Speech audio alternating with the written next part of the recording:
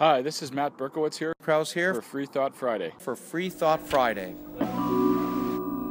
When you are studying any matter or considering any philosophy, ask yourself only what are the facts and what is the truth that the facts bear out. Science is more than a body of knowledge. It's a way of thinking, a way of skeptically interrogating the universe. If we are not able to ask skeptical questions, to be skeptical of those in authority, then we're up for grabs. In all of science, we're looking for a balance between data and theory. You don't have to delude yourself with irony, fairy tales. The same spiritual fulfillment that people find in religion can be found in science by coming to know, if you will, the mind of God. The real world, as it actually is not evil. It's remarkable. And the way to understand the physical world is to use science.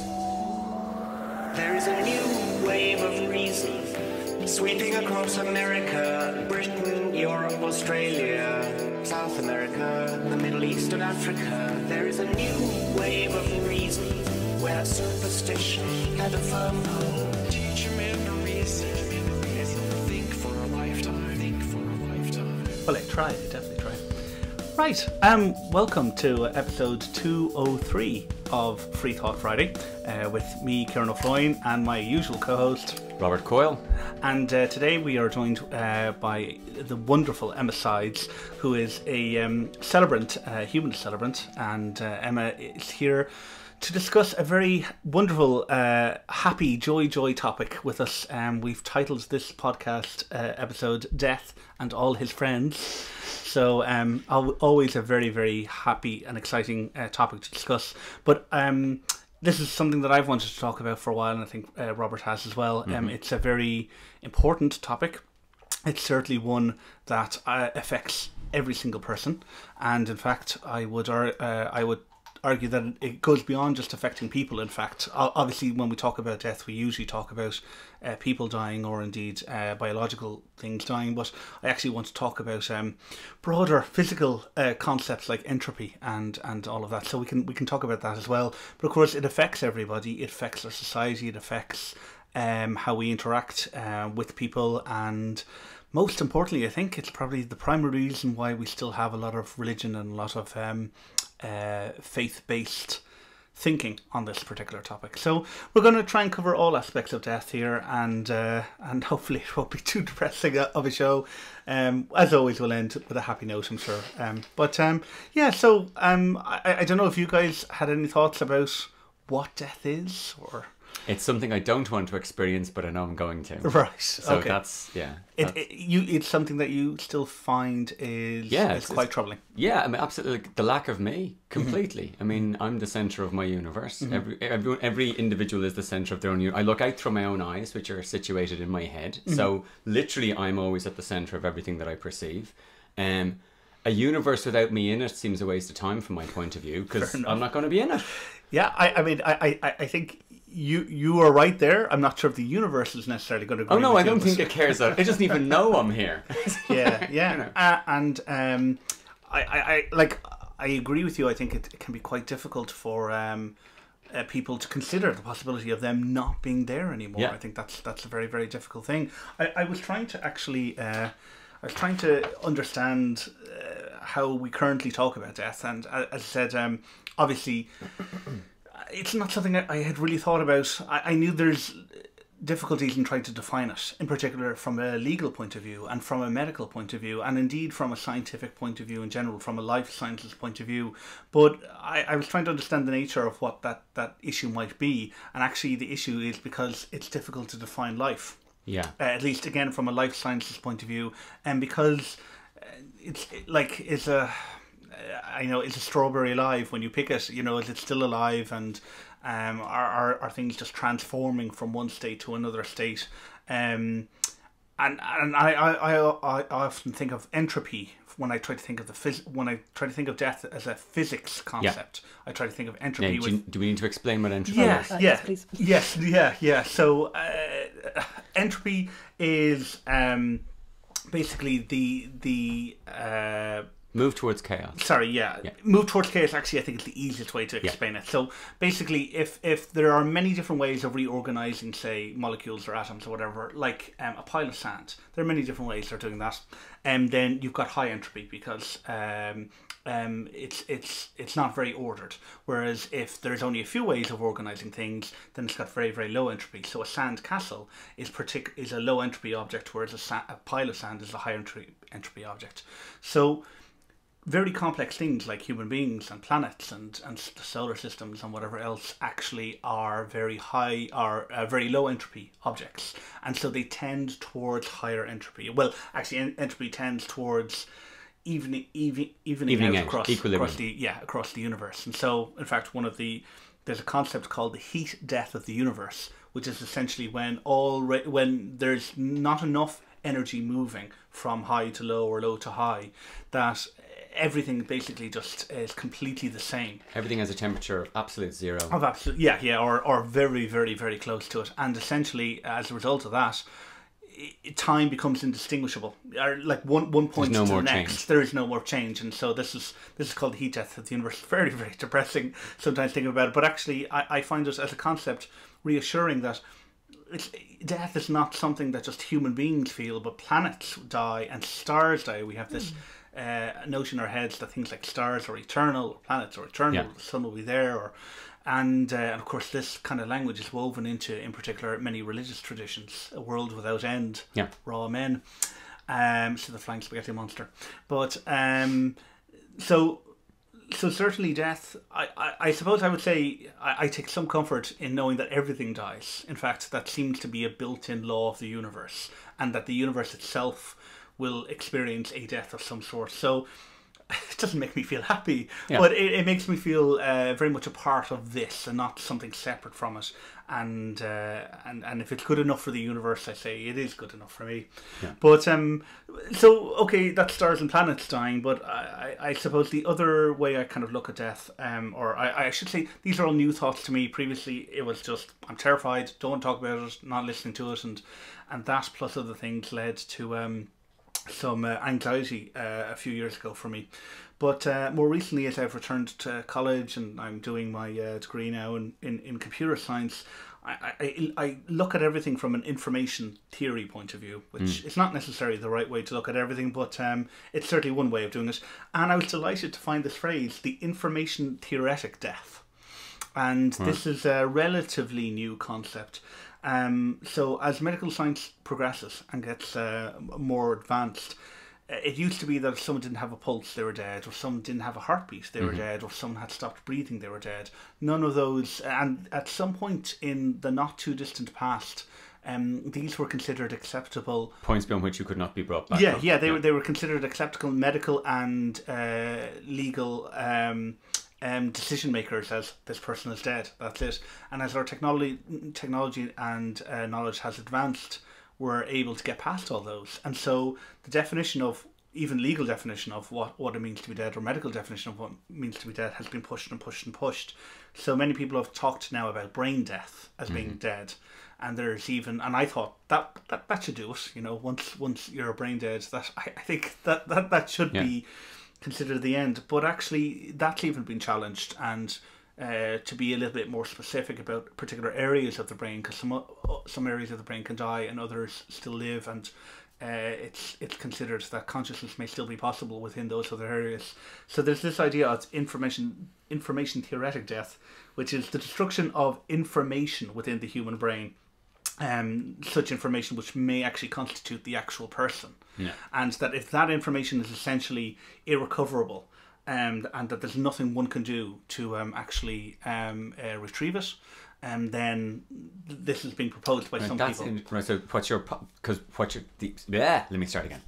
A possible interpretation, what you're saying there, would be mappable onto Alzheimer's. Yes. Whereby you're able to say, if we say that this is kind of a dualist approach, what you're talking about is the personality and then the operating system of the meat. Yeah. And so in Alzheimer's, the personality is wiped, but the operating system of the meat is still there, because people with Alzheimer's still breathe, their heart still beats, blah, blah, blah. Yeah. But we all hear this, the person inside is gone. gone. Yes. So we've said like the passenger that the thing that we form a relationship with, the thing that we marry, the thing that we fall in love with or argue with, or whatever, that personality, that humanness, that personness inside the meat is gone from that. But that supposes that the two of them are separate. Now, it's a view I subscribe to. I do believe that. Yeah.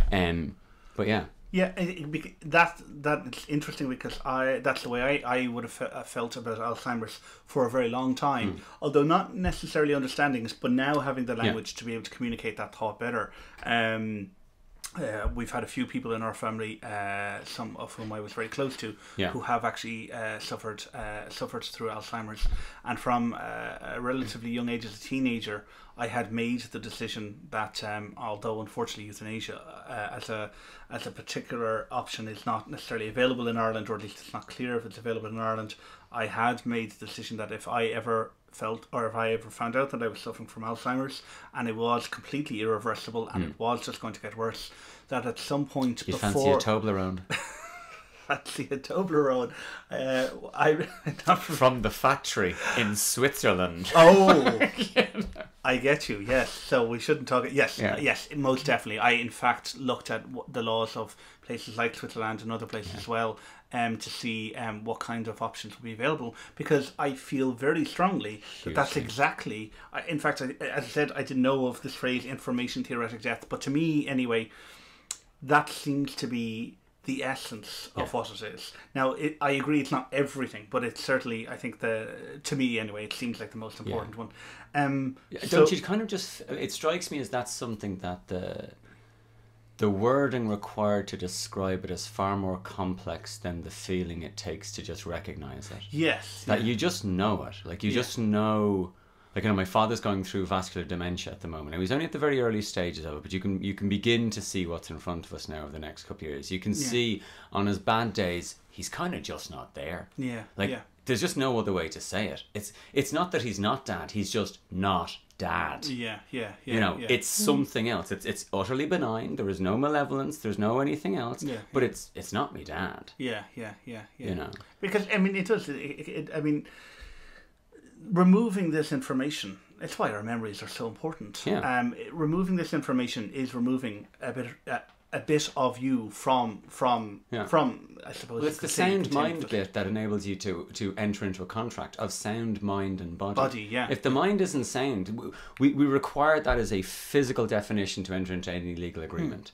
And Alzheimer's strips you of the first part of that, so therefore you cannot contract. So essentially, without knowing it, they kind of go, once you pass a certain point, you were kind of a different legal entity. Nearly at that point is the inference of sound mind and body. Yes, I have friends who are in a very appalling situation regarding housing because of various things that happened in terms of wills, and now the father, the person who made the will, has dementia, and so is considered to not be of sound mind. And he can't go back and change. He can't change it now, and it's left his son and daughter-in-law in an impossible position, but he's still alive and this is very much with us. That's really interesting, and it's heartbreaking, and that's one of the things we don't talk about death. Which I mentioned this to Ciarán a couple of weeks ago. Hell, let's just get straight into this, right? I saw a documentary about 2 or 3 weeks ago. It's the latest documentary from the guy who did The Power of Nightmares, that amazing English documentarian. We'll get a link, we'll stick it on it. He's phenomenal. He's done this incredible stuff. But it's it's the usual kind of linking what's happening in Afghanistan to what's happening in the Middle East, to what's happening in America. But at the start of it, there's a picture of some soldiers in Afghanistan, and there's a dead body because they've shot some dude. There's a dead body there, and there's blood coming out. And I was like, wow, that's the first dead body I've seen. We've been at war continually since 2001 with a noun, and this is actually the first time I've actually seen a dead body with blood coming out of it. Because we never see it on TV. Like, we never, ever see it. But every single one of our major economic partners has been in a constant state of war for 14 years without end. And this is the first time I've seen an action. I mean, unless you go looking for it. But the ISIS stuff, you never see what happens. You never see the reality of it. You never see the reality of bodies. They never show this stuff. We are completely isolated from the reality. I think most people see death for the first time when a loved one dies. Yeah. And other than that, they will have had no, unless you happen to see like a road traffic accident or something like that, you will see no death. Or maybe if you lived in a farm, you might be a little bit more upfront with mortality, because obviously you see the life cycle of the farm animals and stuff. But if you live in a city these days, what's the chance of you actually seeing a dead body? Which, of course, is the vast majority of human beings now are moving towards entirely urban. Funny enough, there's an article in the Irish Times a day or so ago. I'm not sure how to pronounce her name. I think it's Caitlin Doughty. Again, you can put. I have the title of the book and that to put up. But she became a mortician at a very young age, like in her early 20s. Wow. And she's written a book about grieving and about death. And one of the things she says is what you're saying, is that we are become completely isolated from death, particularly in America now. She's in America, so she's particularly talking about America. And again, saying, yes, many people could get to their 30s or 40s or 50s before they actually saw a dead body. Yeah. And also when you then go to the more literal thing of bodies being embalmed and closed caskets. So, you know, there's no, there's absolutely no connection. So she was praising the idea of waking, which of course we frequently don't do anymore. It does happen, but obviously nowhere near as much, I think, as it should. And she also is setting up a funeral home where she's going to assist families to actively engage with burying their dead the loved one who's died. Right. So literally they would come and they would help prepare the body. They might take the body to the crematorium and literally help put the body in the furnace. And what she says is that we need to stop being so scared of death. Yes. That it helps us, that in her experience, it would help us, A, to really fully accept that this person is dead, and B, to accept that we're next. I mean, not maybe literally next, but that this is also going to happen to us. And she says you can't fully engage with being alive unless you've really understood, really fully engaged with the idea that you're going to die. So it's so I'm dying to read it. It sounds absolutely, it sounds fascinating. It really does. And in fact, this leads me to an interesting question that I just don't know what the answer is, and maybe there isn't the answer anyway, but I'd be curious to hear your thoughts on it. I have a couple of thoughts, but it's the question of in order to try and change that. Well, I wouldn't even say change it, but if it were changed, this attitudes that are all over cultures across the world, it's not any consumerist culture. I mean, I think what we find is any consumerist culture, any market-led culture tends to get rid of death fairly sharpish. I would agree that they get rid of faster, but I think it permeates almost all culture. In fact, I think all cultures seem to have a problem with it. But I would agree that some cultures have more of a problem than others, and most definitely I would agree with that a marketed to culture probably gets rid of it as quickly as possible, because that's in line with everything happy all the time. Yeah, it puts in sharp contrast. Buy this hamburger, you're going to die someday. Soon, This may contribute to getting there quicker than you had thought. But hey, look at the clown. Absolutely, although that's a scary clown. I don't like clowns. But sorry, the question I was going to ask was in relation to children and the concept of death. And I think if I try to think back to my own if I try to think back to my own childhood, I mean, it's not as if my parents would have told us, you know, we're going to ignore death and not talk about it.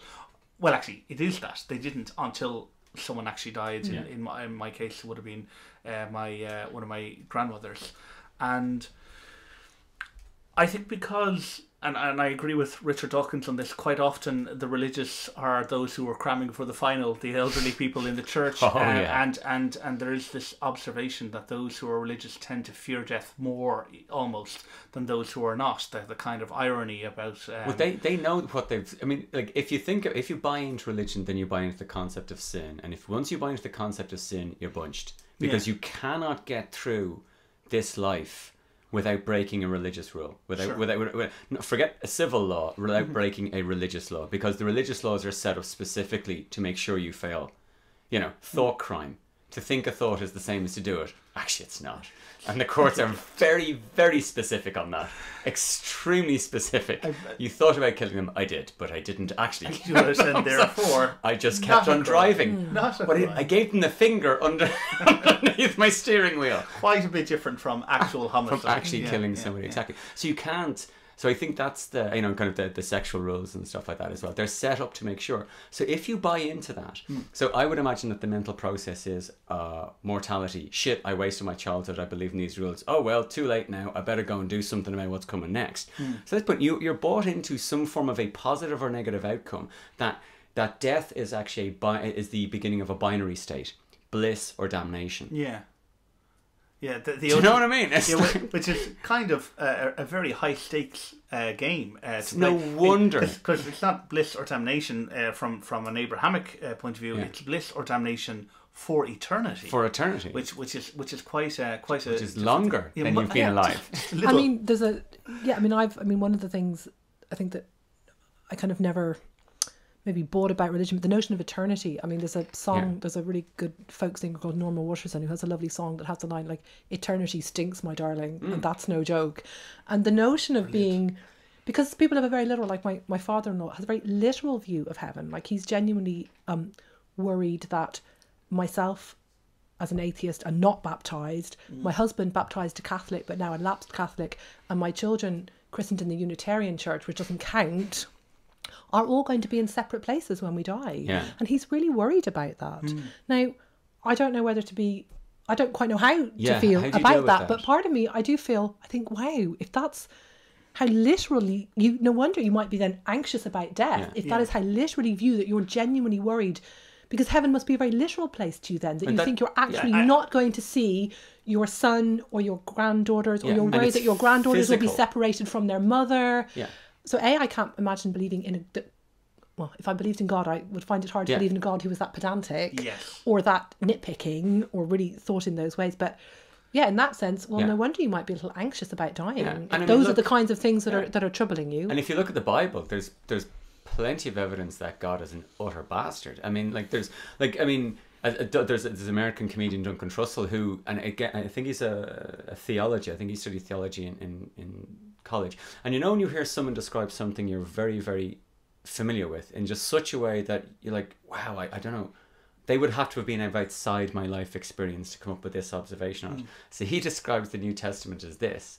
He goes, Yahweh, the war god that demanded that they kill all the Amalekites. Yahweh, the war god that extolled them to go in and invade other people's lands and slay all the men and enslave all the women and kill all the children. Yahweh, the war god that demands you love him on pain of eternal damnation, an infinite form of love that you are too stupid to ever possibly comprehend, and if you try to, you are damned for eternal damnation. Yahweh, the war god. And you're gonna go, fuck, I never thought about it that way. But it's like, so if that's, so your father-in-law was like my father, like my grandparents, was brought up in a society power structure whereby you were beaten, like you were physically hit by adults from when you were an infant up until when you were legally an adult. They were allowed to lay their hands on you with implements unless you repeated the words that they demanded you say.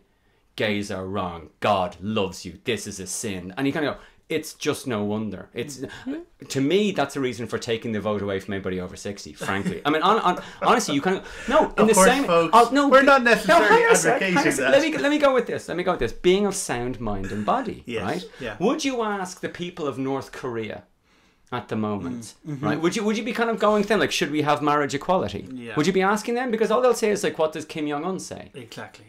And in fact, you raised a very important point. I think, in fact, you phrased it brilliantly. Being of sound mind and body. I know there are definitely commentators who would question that faith-based. Well, they would have said religion, and I might broaden it to faith-based epistemology in general, is almost like a virus. It in fact affects the mind. It changes the way you think, and forces you to act in crazy ways. And certainly, of course, humans have the capacity to do that. They also have the capacity to do that and rationality at the same time, which is why you can have absolutely amazing scientists Monday to Saturday, and then on a Sunday they do something very, very different, and then go back to science on Monday.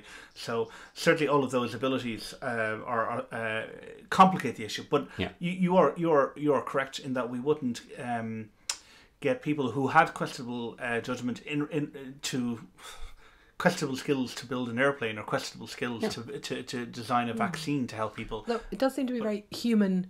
Like I was just reading about Honduras today, and huge levels of violence and huge levels of, but not driven by religion particularly, driven by sort of, well, just power. So no matter, I think human beings, we do have this incredible, we seem to want something to, but either to believe in, or something said to tell us what to do, or something to be able to say, well, that's the whatever it is, whether that's like the higher power, the law of the land, tell us it's that God, this isn't it's all. somewhere in a way, maybe to give you sometimes an excuse to behave a certain way, whatever that is, but it does seem to be an incredibly, I suppose one of the things that, you hear a lot in Ireland is like, what will happen if we become, a secular society? And of course, dangerous, but I mean, a wholly secular society is not necessarily, wouldn't be necessarily any more moral or any more necessarily anything more than a wholly religious society, because people are just people. Power corrupts. Etc. Secularism just doesn't claim to have all the answers, whereas religion does. But people can. I mean, I would have and this is partly, there's a bit of a certain level of feuding between humanists and atheist Ireland, but one of the things that I would dislike is that I would feel that atheist Ireland often put forward points of view in a way that reminds me of religion. Right. Very, very, like, this is how it is. Like, we are right, you are wrong. And they remind me of me as a teenager when I was a very militant atheist. As one often is when one is a teenager, about whatever it is. And because I was brought up as an atheist, and therefore I kind of went through my militant phase, and I've kind of slightly, probably to a large extent, come out the other side, and also married to a man who believes in God, which is quite challenging, both of us. But it has made me, I have had to look at things, so, I've actually completely lost my train of thought there. We do it all the time. Yeah, absolutely. You were talking about people almost needing an excuse to that we need. So I don't think there's no, whether it was religion or whether it's sort of secular. You can make a god, if you like, out of anything, I suppose. I mean, I personally think, because I'm interested in this question from a psychological perspective as well, and I think it does relate to the question of death and dealing with it and not dealing with it.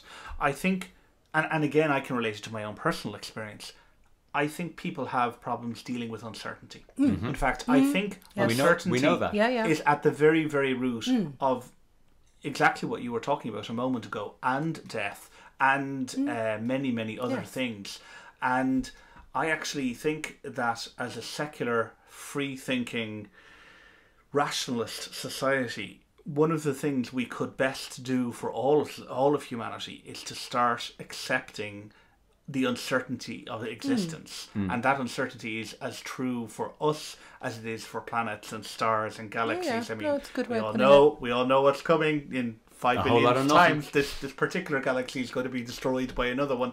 And I mean, not being able to deal with that, I think, is what drives people towards, I would say, not necessarily religion initially, but towards shortcutting and authoritarian approval. And I think that's certainly one of the influences of the development of I was going to say modern religions, but these religions are simply the newer ones. I think of most organised religion, but I think because adults in particular are uncertain, and in fact, I know you were talking about when I was raising about the whole Dawkins cramming for the final comment. You were saying that there's a certain binary mentality that goes into that, and I agree. I think that's some people, but actually the observation that Dawkins and I think maybe Hitchens were making was actually not that people are certain about the binary nature of life after death, but the fact that they were so completely uncertain about what happens, that as they get older, they grab onto religion harder because they're actually less and less certain they're trying to that believe it's it. real. Yeah, they're trying to find evidence. I mean, you can't help but go through life and realise that there's not a shred of physical evidence to back up any of the claims of any of the world's religions. Like, you know, there's the tales of unbelievable superpowers, you know, still, like, I mean, I saw Avengers 2 last week, right, and it's a really good movie, but like the stuff in the Bible is like just makes Avengers look like nothing happens. You know, these incredible what would be special effects and stuff, and you can't help but notice that never happens in real life. Literally ever. Nothing. No one's ever even turned a thimbleful of water into a teaspoonful of wine.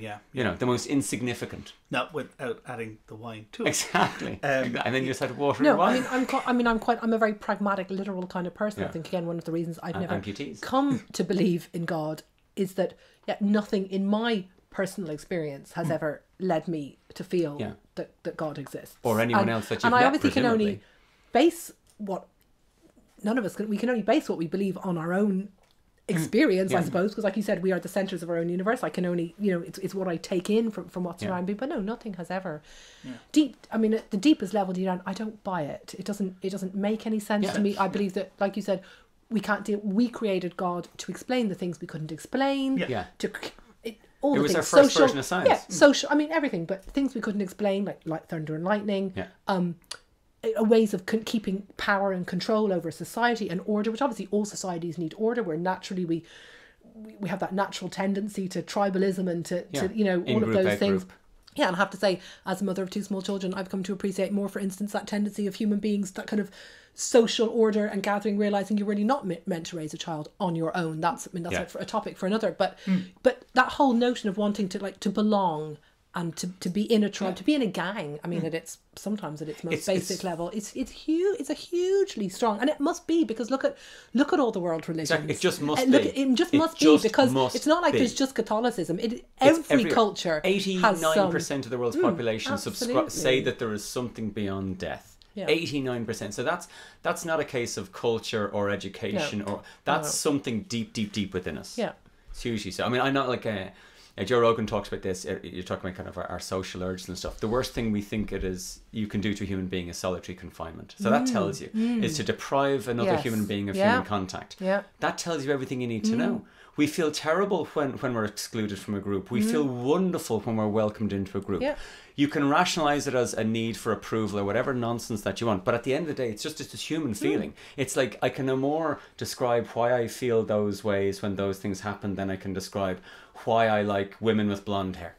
It just is. Yeah. Do you know what I mean? It's Yeah, and I mean I agree, of course, with both of those points. I think then, just in relation to this uncertainty thing, and then how society continues to perpetuate this problem with dealing with death, because adults are uncertain and not sure how to deal with it, especially the adults now who are the adults raising children. Not all adults, of course, Emma, and we're going to have a chat about that very, very shortly. But because most adults do have a problem with this, when it comes to answering questions about death to children, they don't know how to do it. I mean, it's certainly a common parenting question, how do we deal with the question of death? And because the parents have never, I mean, and again, you've got to look at, we're not talking about a group of individuals who are deliberately deciding not to deal with this, that they've had loads of experience of death and they're willfully withholding information from their children. This is like, my family have been living in a city for the last 3 generations. So we're at least 4 away from living around farmland and seeing this, the spring lambs and then lamb chops. Do you know what I mean? Like that. It's the circle of life. The circle of life with mint sauce. It's very delicious. So to us it is literally, it's an alien concept. Yeah. So I kind of think that those parents they may as well be children when it comes to this subject. School has not prepared them. Life has not prepared them. You go on the TV, you're completely deprived of any access to it. Like 6 Feet Under was considered a crazy fringe idea because it was set in a funeral home. Whereas everyone kind of go, look at all the stuff that's set in hospitals, where births happen, where people also kind of die, but we don't do it. People are saved. People are saved in hospitals, but a funeral home is like, it's death 24/7, really. We should just call this the short end of the straw season. But look at the way but also, where, children, for a long time, it was that you didn't take a child to a funeral. So, huge numbers of children would have lost a parent, and that's probably, I'm sure there are probably still people who think you shouldn't take a child to a funeral. Like, funny, for my little one, she's 4, and a friend of mine, her mum's just died at the age of 90, good age, 90 something. But my little one, Eloise, would have known Mammy Dillon, as we called her. Yeah. And, does bring it up quite often now. I miss Mammy Dillon. What does she say? What questions does she ask? Because I'm quite... Yeah, I just said, well, she's gone. I mean, because she's only 4. She's not that. She's only kind of half asking. Yeah. I just said, well, Mammy Dillon is gone. I didn't say she's gone to sleep. I just said, she's died. No, we won't see her again. No, that's it. She's gone. And yes, that makes us very sad, and we miss her. And that was about as much as she wanted. She kind of needed to hear. Yes. She's like I said, she's only 4. She's Yeah, not. yeah. So she's more she wasn't really interested in like where had Mammy Dillon gone. Yeah, But or I didn't what want to had give her. happened. But for instance, I don't like the idea of saying, well, Mammy Dillon's gone to sleep. Yes. Well, because that's the sort of thing that gives children nightmares. Yeah. Absolutely. Or I'm you know, staying awake for the rest of my like life. a much loved aunt died a few years ago, and they said to one of her little grandchildren, the angels have taken her up to heaven. But they found him out in the back garden shaking his fist at the sky, saying, "Bring her back." Yeah. Now, That's adults lying to children. I think it's adults lying to themselves and then lying to children. Yeah, and I mean they are reasonably. I wouldn't say they're particularly religious, but they are. They're not. They're certainly not atheists, you know. Yeah. But it was said to it was said to comfort him, and as much as to kind of comfort themselves, I suppose. Yeah. Whereabouts, I would feel. Again, this is partly, of course, because I'm not religious, perhaps. But yes, I would feel far more to just say, no, like that's it. No, they're gone. You're not going to see them There's again. no do-over. They're not. We're not going to. No, we're not going to be reunited. Yeah. To me, that's if not you have a dream at the helpful. minute, that's happening in your head. But I would be saying, I would say what I've said at funerals, that literally, we remember, like saying, we remember Mammy Dillon because she's, for as long as we live, she does still exist because she's in our hearts, she's in our minds. We remember all the little things about her. She had loads of lovely little quirks. She was always on the sofa when you came into the house, so you kind of every time you come in, you're like, oh, Mammy Dillon's not there. But to me, that's as much as immortality, I suppose, that we remember the person. If they if they were somebody who was particularly well known, whatever, then they might, Shakespeare, for instance, obviously has carried on in that sense because we still read his work. Can I ask you about this immortality thing? Because actually I do want to be immortal. I think about all the stuff I'm going to miss. Before. I mean, it's not that I think I'm special. It's just, I think about all the books that will be written, or the plays, or the other stuff that'll be done.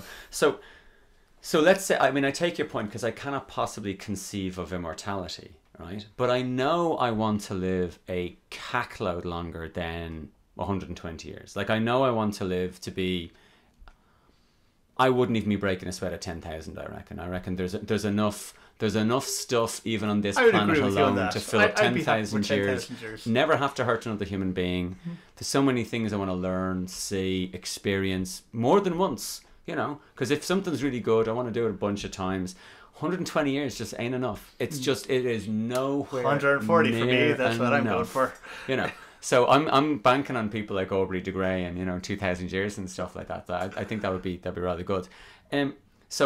But that's me. But you said earlier on that and I know Christopher Hitchens talked about, it was the only time I kind of went, Chris, you just haven't thought about this long enough, man. There's a bunch of stuff that could go on forever and I would be happy out, man. Although I think he was more worried about spending 500 million years praising. Oh, listen, the endless praising Kim Jong-il. Yes, it's how he. I'm right there with him in that case. His particular phrasing, I think. But it was his bit when he said, "The party's going on and you can't leave." Yes. It's like, yeah, but it's a party, right? And you have to stay with the abusive father. No, there you go. So the fine print would absolutely, I would be in favour of that. So So put it this way: I'm an atheist. I don't believe in an afterlife. I hope I'm wrong. I mean, I hope with existentially every spin of every electron that makes up every one of my atoms, I hope I'm wrong. But I live my life as if there is nothing else because I see no evidence for it, and I've seen all the evidence that appears to be available. I mean, if someone's got evidence of life after death, they're keeping it to themselves really, really carefully. Do you know what? Just I don't mean to interrupt you there, but just on that particular point about, as you said, you've seen no evidence. Yeah. I was reading an article. It was on Wikipedia, and I know we take all articles on Wikipedia with at least some pinch of salt. But I was reading the article on Wikipedia about death, and actually it was very, very good. It's very interesting. It seems to be very well written. I don't want to say balanced. I don't think it's anything to do with balance. It's just it seems to be quite factual.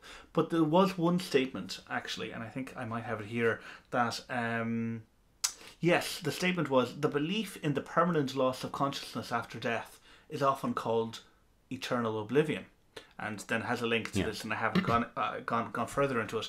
And so this is to do with language, I suppose, but I don't think, because you've just elucidated to it, that it's a belief in a permanent loss of consciousness. Surely, as with all positive claims, when someone makes the claim in the positive, then the onus is on them, the burden of proof lies with them to prove all the it. evidence points to oblivion. Exactly. Yeah, as in there's no evidence for anything else. Yeah, so exactly.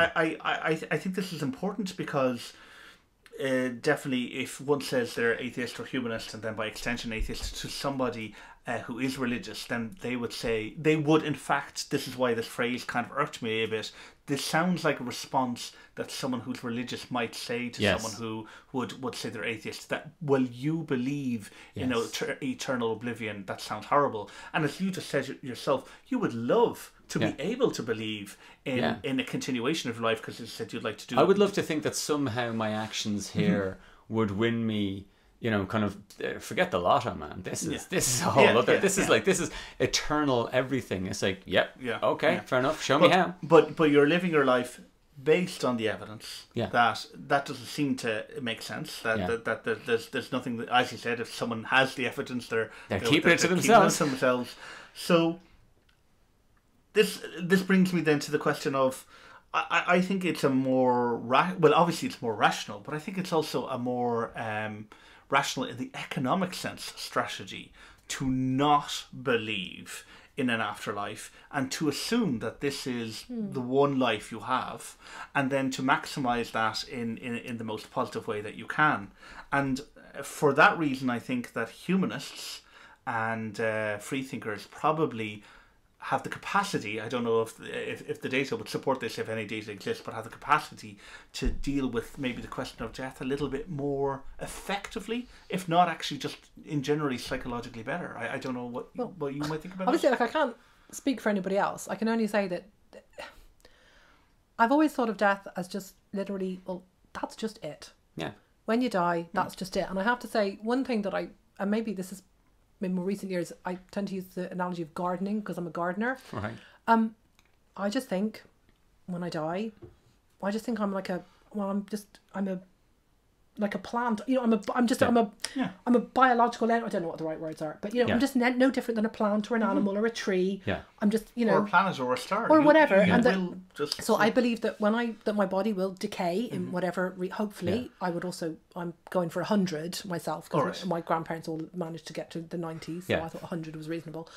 But I'm hoping that just that my body will decay, and when I die, that really is just it. And I don't find that a depressing thought, I must confess. I think I want to be buried, and I just think I will literally go back into the earth. And in that regard, I will actually become part of the planet again. So in the same way that when I garden, I dig stuff in, compost, really, you know, dig stuff in. I'd like somebody to plant a tree on my head.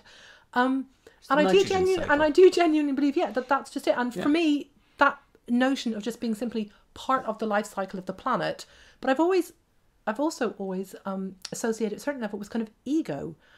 I don't like when we sort of that whole sort of, you know, who am I? Why am I here? Yeah. I don't really get that. I think, well, I'm just here because I'm just like the way that tree is here or that plant is here. Just because I can think about it, just because I think about it more. But just because I think about it, I can think about it, doesn't actually make me agonize over it. I think, well, I just because I have more consciousness doesn't make me automatically think I therefore must be more special than that tree. Oh, I totally do. Oh, I totally do. See, I don't. You think you're better than an oak? Yeah. Okay. No, not better. No, better. Okay, it depends on how you define. What are we using to describe better? Better isn't the right word. No, I guess I don't think I'm any more important. So I suppose my point is, when it comes to things like an afterlife, part of the reason it doesn't make sense to me, or maybe again part of the reason I don't believe in religion, is I think all of those things exist because we can't cope with uncertainty, but also we can't cope with the notion that, God, maybe we aren't actually that important. That's special, yes. Maybe we're not that special. Maybe we are just kind of little, insignificant little specks on an insignificant little planet in somewhere in the galaxy. Remember the conversation we had last week is like the anthropic principle is like, you know, we're not the centre of the planet, we're not the centre of the solar system, we're not the centre of the universe. Because, and then science stops at our universe. It's like, but surely that's the anthropic principle. Like, surely, how do we know this is the only universe? I mean, if anything, human science. I mean, if we look at this and we kind of go, assume everything is just normal, you kind of go, well, this universe has got to be just one of many millions of universes, and now there's the beginnings of the possibility. And maths is certainly pointing that way, and some evidence may be about to be found that may say that there may be kind of multiverse and stuff, which, as I've said, sounds to me like frog spawn. It's it's reminds me, there's a poem, I can't remember who it's by, but I think it goes, a man says to the universe, "Sir, I exist. However," replied the universe, "that fact does not create in me a sense of obligation." Yeah. And I always like that love that. as the kind of sense of not depressing, but simply like the universe was neither for me nor against me, sublimely indifferent and sublimely uninterested in my existence, as it were. So I've always taken that and kind of in terms of my general view of it's just that, well, we're just here the same as all the other, yet we're not. I don't think human beings, to some extent, I think, well, if we wipe ourselves out, well, bloody well serves us right. So we're not quite frankly being terribly nice animals or terribly nice beings for whatever reason, trampling all over the biosphere and everything else. The biosphere and everything else, and just because we can. We're a chemical. I mean, we talk about ourselves as if we're separate from nature, when actually we are nature as well. We are no different than a tsunami. I mean, like realistically, we didn't come from anywhere else. It's we're not as salty. Well, unless you have evidence. You don't say that to a comedian, man. It's like, I'm going. I don't want to leave you a difficult editing job. Actually, two phrases come to mind from Carl Sagan as you were talking about that. One, when you were talking about the universe, is his fantastic phrase: "The universe is not required to reconfigure itself in order to fit your belief system." And he wasn't just referring to traditional religious beliefs, but indeed the belief that one is that important or separate from nature or whatever.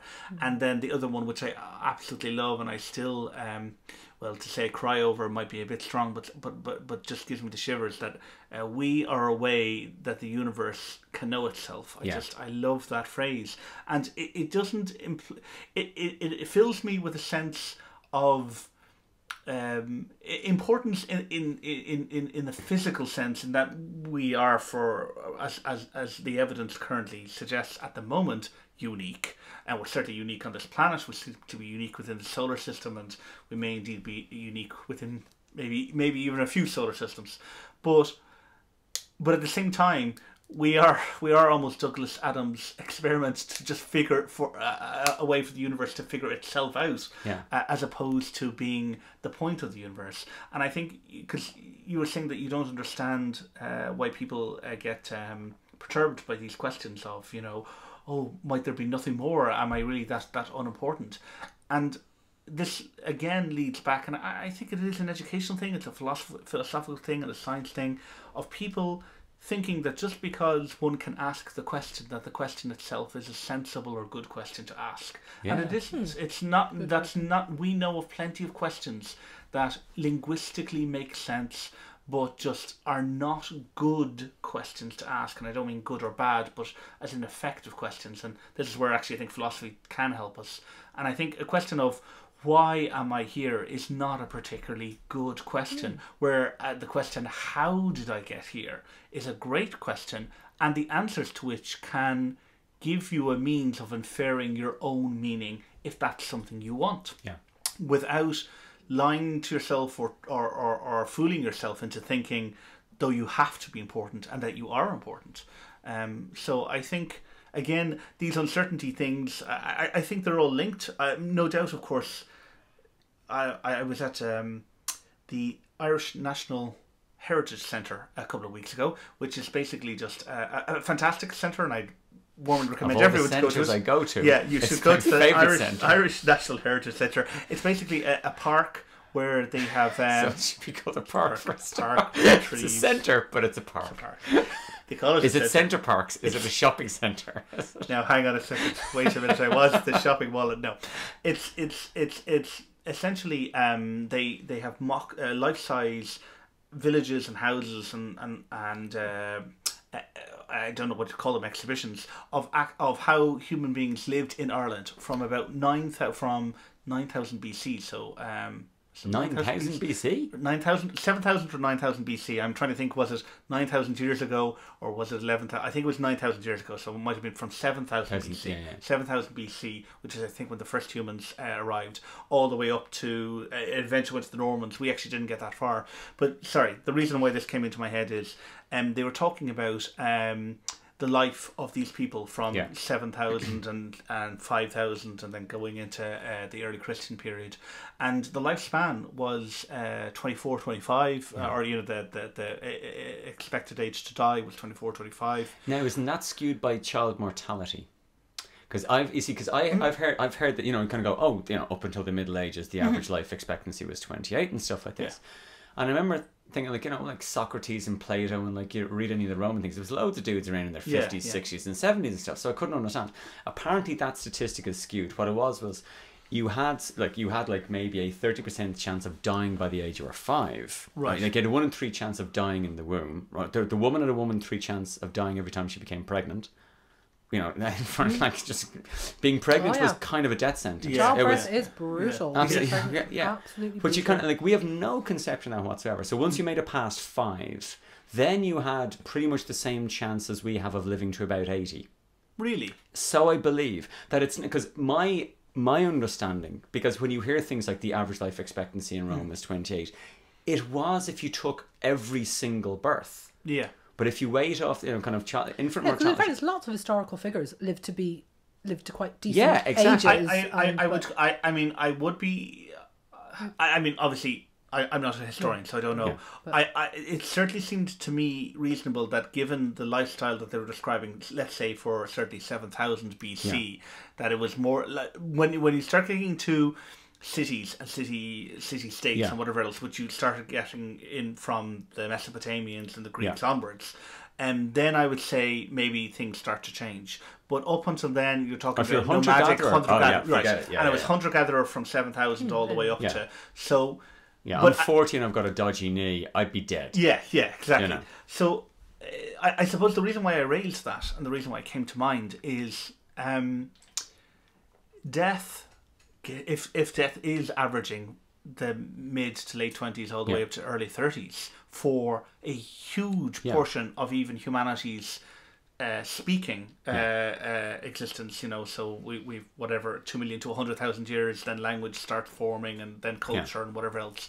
So for a large period of humanity up until we start creating cities or civilization, that death at a very young age, what we would consider a young age, is very, very common and very much part of our culture. Yeah. We live as long as chimpanzees. Yeah. Then one can see very easily how this has become a both evolutionary and culturally evolutionary baggage that we have taken with us, and why death should be feared and avoided and walked away from, because it happened so quickly, so frequently. Our basic instinct. You don't even have to go back to those. But I've been watching Call the Midwife. But that's what, that's 19 late, early 1950s. Well, they're dying like flies. Brutal. That's poverty. That's whatever. I mean, that's the East. It's set in the East End of London. Childbirth is still, and to be honest, childbirth right now. I mean, I've had 2 children, and certainly for one of them, if I hadn't been,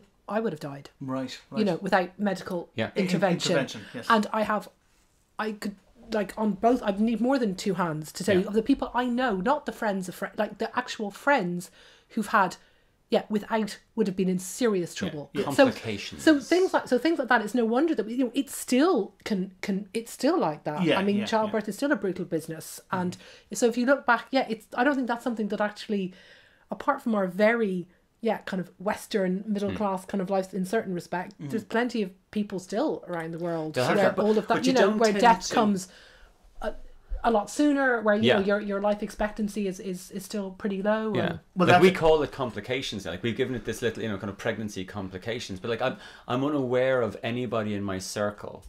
So either anybody who I know or anybody that they no one I know has either experienced or said to me they know of someone who has actually died in childbirth.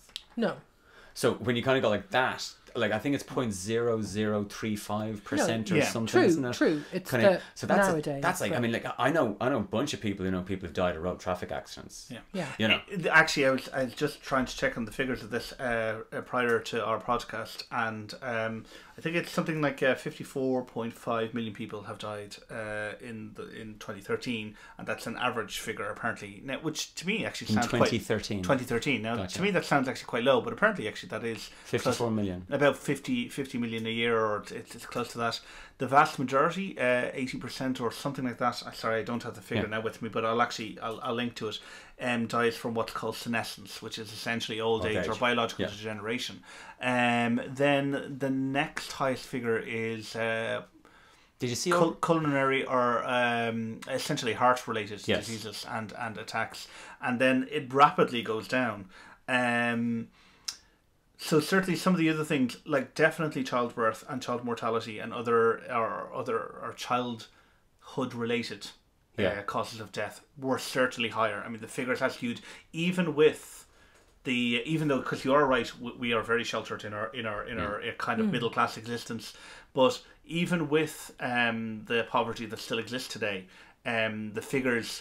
The global figures as a trend have tended upwards, and we have raised, while our life expectancies have generally raised from the 70s to the 80s to the 90s, even in the poor areas they have raised considerably from the early to mid 30s all the way to the 50s.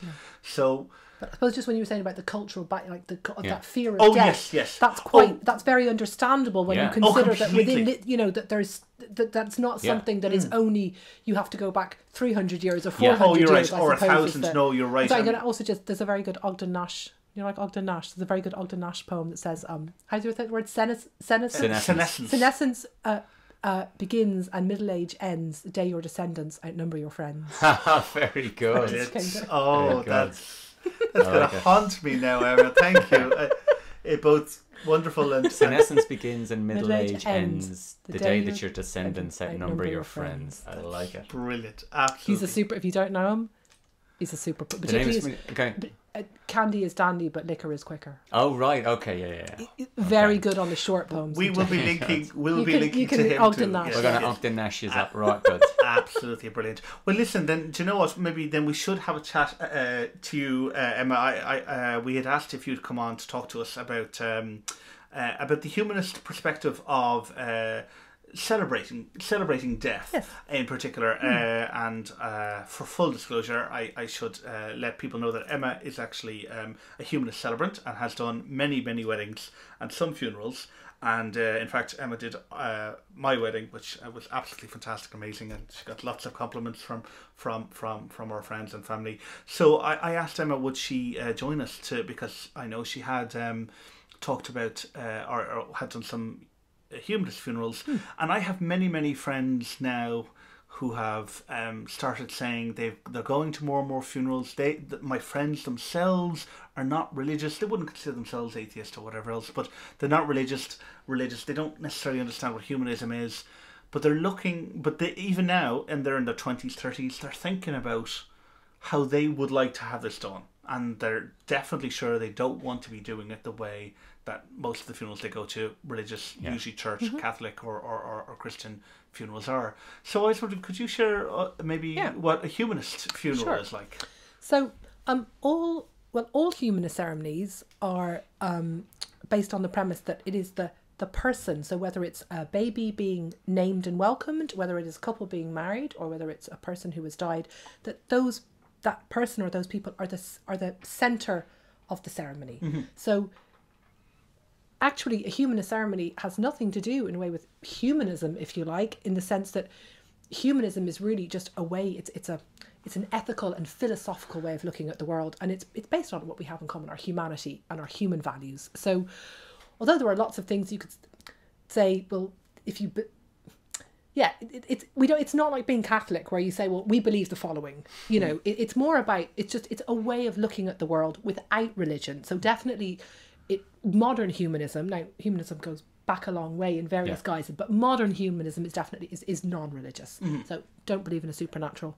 So when it comes to a funeral, a humanist funeral is, at its simplest, it's a celebration of the life of the person who has passed away. Now, obviously, it might depend on the circumstances of that person's death, but broadly speaking, it's a celebration of the person's life. So the humanist celebrant, I would say, is very much there literally as kind of like a master of ceremonies. Like, it's not about us, it's not about our point of view.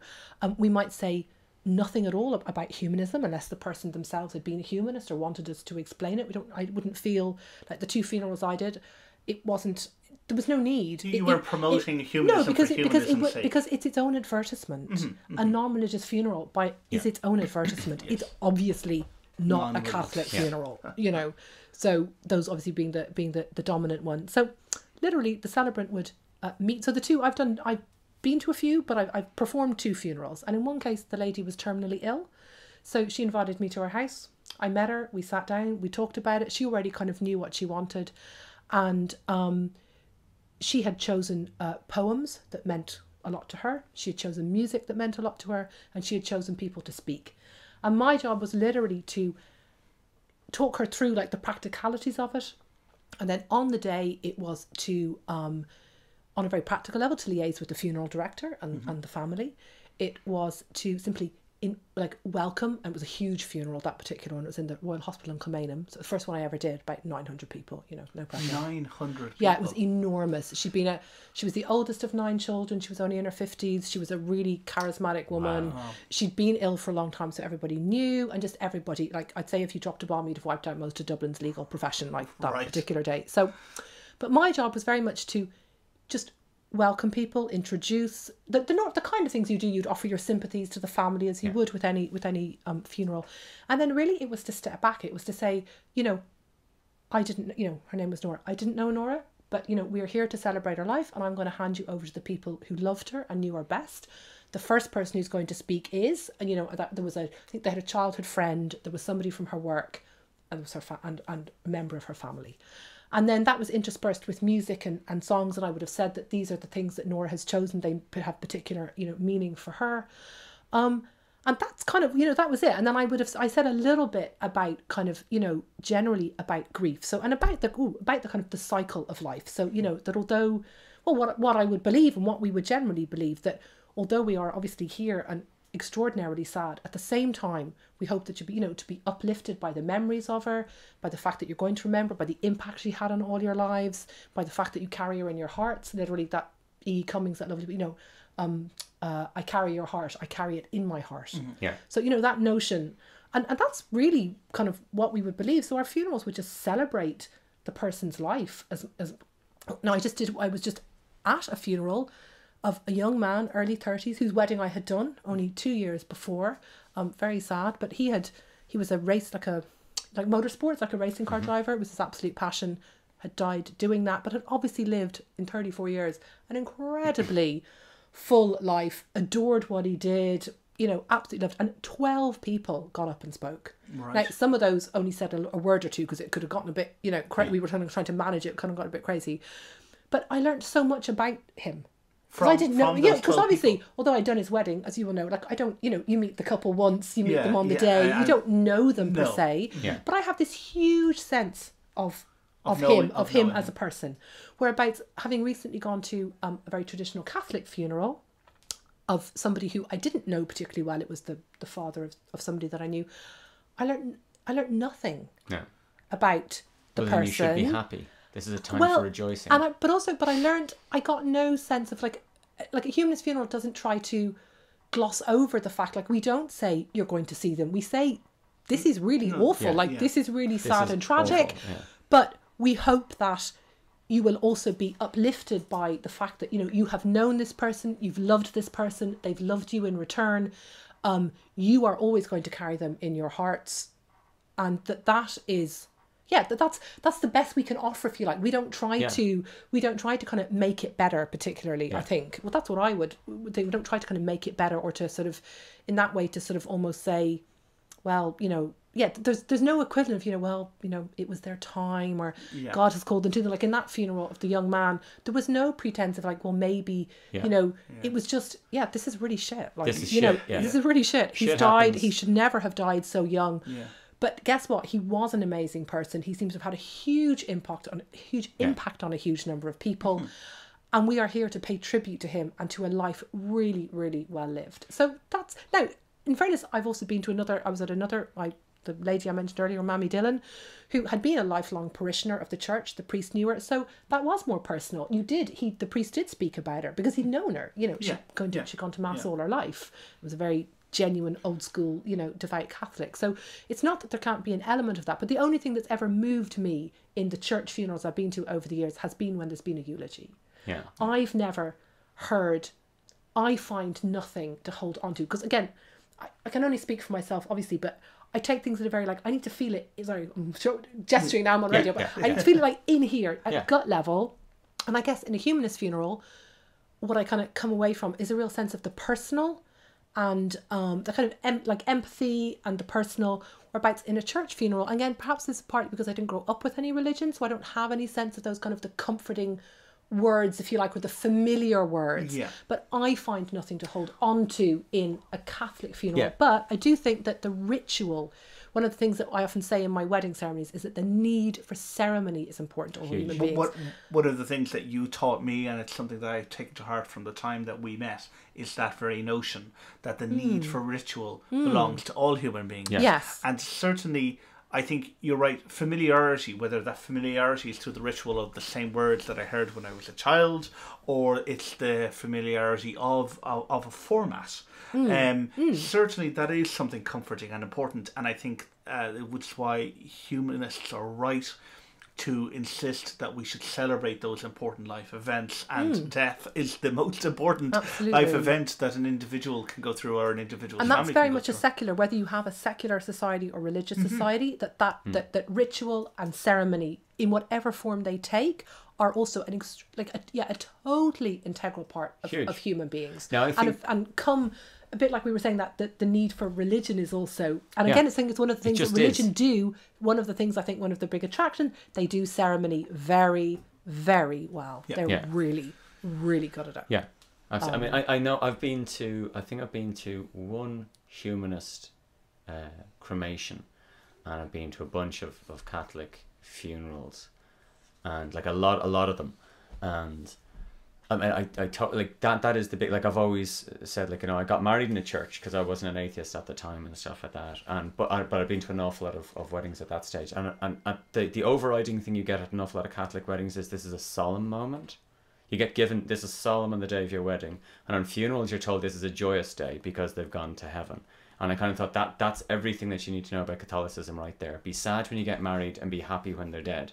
And it always struck me that kind of the one humanist funeral I was at, you could feel it was the loss of someone who had made an impact on those people's lives. And with a Catholic funeral, it's like an employee has left the company. That's the level of, you just don't, you get sadness from the people who miss them, but the way the priest carries it, and because the priest dominates it, because God is front and center, it's just, it's basically, it's the boss, oh, well, they're moved on to a new division. You guys are going to miss them down here, but they're up here with me now. They've got a promotion. They've been taken upstairs. It's all okay. Don't be worrying about it.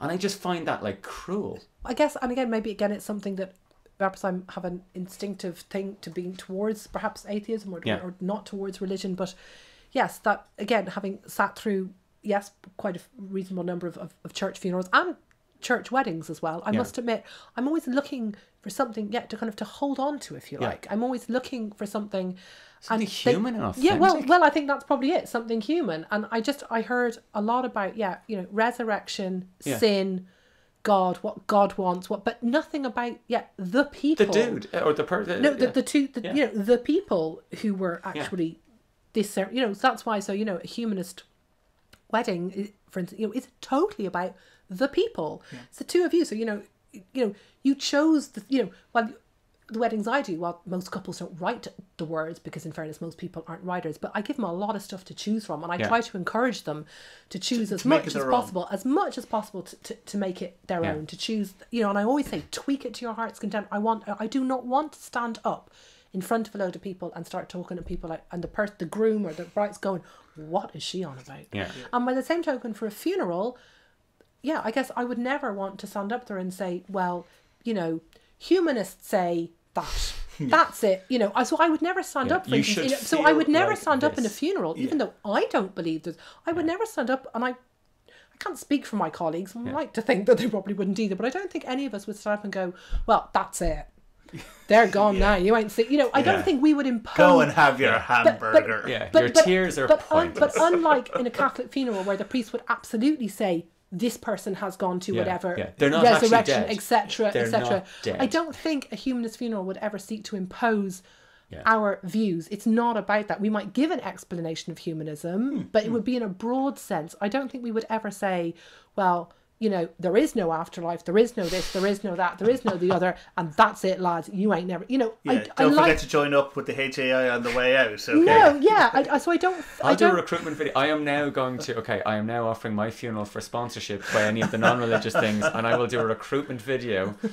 For pleasures in this veil only. Brilliant. Okay, you can basically have my funeral. You can say anything you want. We'll get big screens in. I'll say anything. I want $1 million. Excellent. I like it. I fully support this. We'll do you know, we'll go to Patreon, or we'll Does go anyone to... know Monsanto? Anyone? But I do think that's quite. That would be quite important to me. That it's not about. It's about you, the person who passed away, and my job is to facilitate your family and friends to say goodbye to you in the best possible way, whatever. And sometimes it's simpler. It doesn't always involve, like, you know, poems and reading. You know, that's not everybody's kind of cup of tea. But in general, it would always involve somebody hopefully speak. And sometimes it's more difficult. Like we've had, you know, you have ones that have involved things, you know, murder or suicide or different things. And that's a whole other ball game. But you ultimately still, in that case, would look for the positive in that person's life, and you do your best. You try, I guess you try not to shy away from it. But by this particularly suicide, though, there'll be none of that. I've always hated that, you know, he died tragically, she died tragically. I think and I haven't done it, but my feeling is that I think we would address it. We would say, look, you know, we don't know why, but, you know, we wouldn't, again, I don't think we'd be trying to be over analytical, but we wouldn't shy away from the fact from what you wouldn't try happened. and make something horrific and profane into some sort of weird plan, because that's the problem with I don't think it's that, you know, this awful tragedy. You know, your kid gets run over by a drunken driver, you know, at 4:00 in the afternoon, and that's somehow that is the correct thing to have happened. No, because that's actually the line of path. It was his turn. You exactly. know, I mean, but it's the Lord works in mysterious ways. The Lord had like a real thin book called Little Jimmy's Life, and on the final day he gets run over by a drunken guy. Yes. No, I've never thought of that as. Although, mind you, again, funny enough, called a midwife. I heard a very one of the nurses, her fiance died, or not her fiance, but her boyfriend dies in an accident. Spoiler alert! No, season 3. We're on about season 5 now. Right. I'm on Netflix, and but the sister, the sister sort of says something about God, and she says, you know, well, I wish I could believe in God right now, whatever. And this, you know, how could God let this happen? Yeah. But the sister says God is in the response to the events, and I did kind of like that, because I've never liked that notion of God has, you know. That notion, I've always thought if my child died of cancer, it would be of zero comfort. Like, isn't that if somebody to say to me, well, God called her to him, I'd be like, you know, where's God's number? I want to leave him. You're out in the back garden shaking your fist going. To some extent, somebody saying, I would find it more honest for somebody to say, I have no idea why that happened, but perhaps your faith could help you to cope with it. Seems to me a little more, that made me have a more positive feeling towards maybe, I don't know, God, or why people would believe in God, but the sentiment in that way, as opposed to saying, well, you know, it was God's plan, has never appealed to me. That notion in terms of, say, children suffering, or, you know, just like the whole notion of, well, you know, you did something in a past life to deserve it, makes me literally boil with anger. If you look at a child who's being horrendously abused, to sit and I can't get my head around. But of course, I mean those ideas come from faith-based position. I am not. I'm simply that's the logical consequence of being illogical about that. But sorry, you're going to say. But Sam Harris just, I mean, talking about kind of child mortality and stuff like this, and I mean, 5 million children die every year under the age of 5 from poverty and poverty-related diseases, and that's a statistic. And you kind of go, and as Stalin says, the death of one is a tragedy, the death of millions is a statistic. But what Sam Harris does is he's always able to contextualize it, and he says that's a tsunami every 19 days of nothing but just 0 to 5-year-old babies washing up. That's what that means. So that's the God. That's the God that people believe in, get down on their knees and pray to. Of course, people would say, well, that's, you know, God gave us, you know, free choice, etc. That's human beings have created that. But not the tsunami. No, but I still would find it. Well, you haven't seen Dr. No. There's a laser. Sorry. But in general, I've I still ultimately somewhere have. I mean, you know, you probably saw Stephen Fry on, you know, the notion of, you know, the fly that burrows from the. Again, even for me, like evolution, you know, you go to the zoo, you look at some of the, you know, the crazier animals, and you just think, really, someone sat down and thought those up. It doesn't make any sense. It doesn't make any sense. The fact that they evolved for certain, you know, Sumatran tigers have webbed feet, you know, whatever, certain birds with certain, you know, waders and particularly long bills adapted to a very specific type of mud in a very specific bit of whatever. Yeah, those worms developed that way because humanized. But that makes sense to me. The notion that somebody sat down and absolutely. went, I think a rhino. Yeah. Which of course is the point that Stephen Fry. It's so unfortunate. Well, it's not unfortunate. It's entirely predictable that so many people have either genuinely misinterpreted what he was talking about, or have chosen to misinterpret, which I think it is the latter in many cases. Because it's the only way you can stay comfortable. It's the only way you can stay comfortably religious and ascribe to a notion of God that Gayburn was questioning him on. Yes.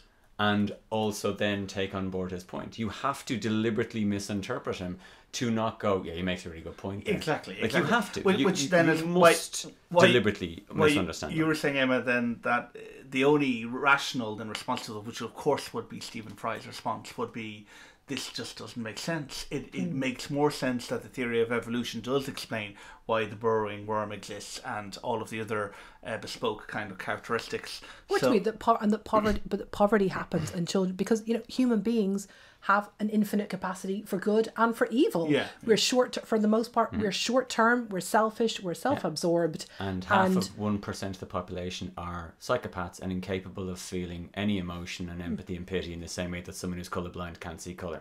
Death is fascinating, and I would like to just talk just in terms of, like we were saying about humanist funerals, but also something that we touched on earlier, but I think is incredibly important is the tradition of waking people. Yeah, and I think it's incredibly sad that appears to have, to a large extent. Now it absolutely does happen, absolutely, and I think there's been a certain revival from to some extent, but the notion, like my husband knew somebody and her family had always been involved was in the north of Ireland, always been involved in local wakes. So they were the people you came to when somebody died. Like, they literally had like the extra china. They had the stuff. They had, you know, the notion that it used to be like I think was it the front door that was the, you know, you put the person, the front door got taken. That's what was taken off. The front door got taken off, and you put the body on the front door. I think that's what you waked the person on, was on. I'm pretty sure that was kind of a.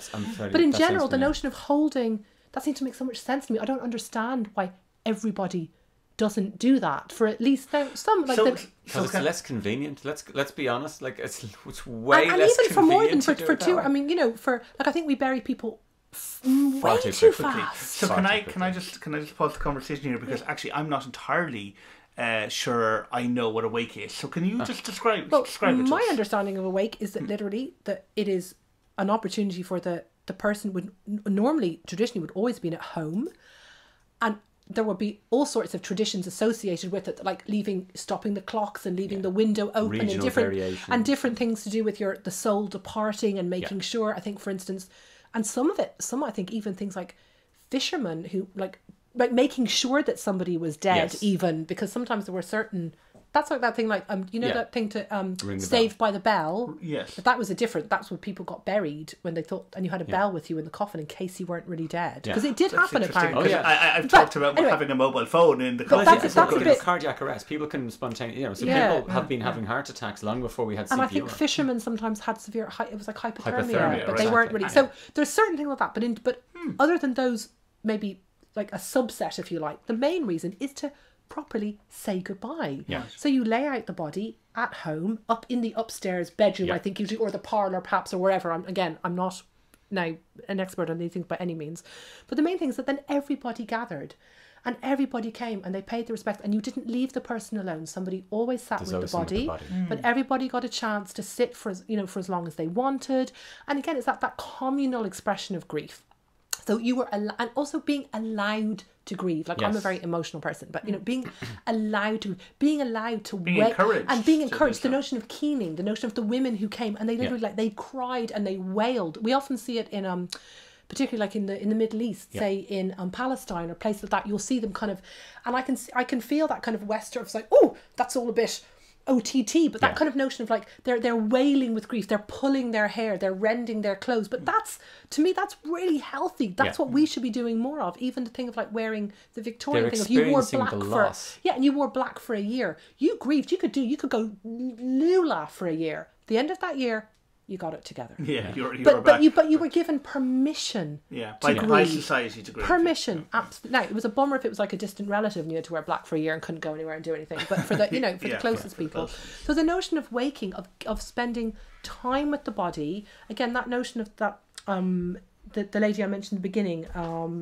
Kathleen Doughty, if I'm saying her name right, saying, of really accepting they're gone, like they're dead, they're there, and you've been looking at them for a couple of days and you've been talking about them and remembering them, imprinting them on your memory, saying your goodbyes. So I think that's what I understand anyway as being awake. And that I don't know what the traditional length of it was, whether it was only a couple of nights or whether it was longer. I've heard of between 1 and 3 nights heard, and it seemed, my understanding is I mean, my understanding of it is exactly what you say as well. I mean, I didn't hear anything there that I haven't heard before.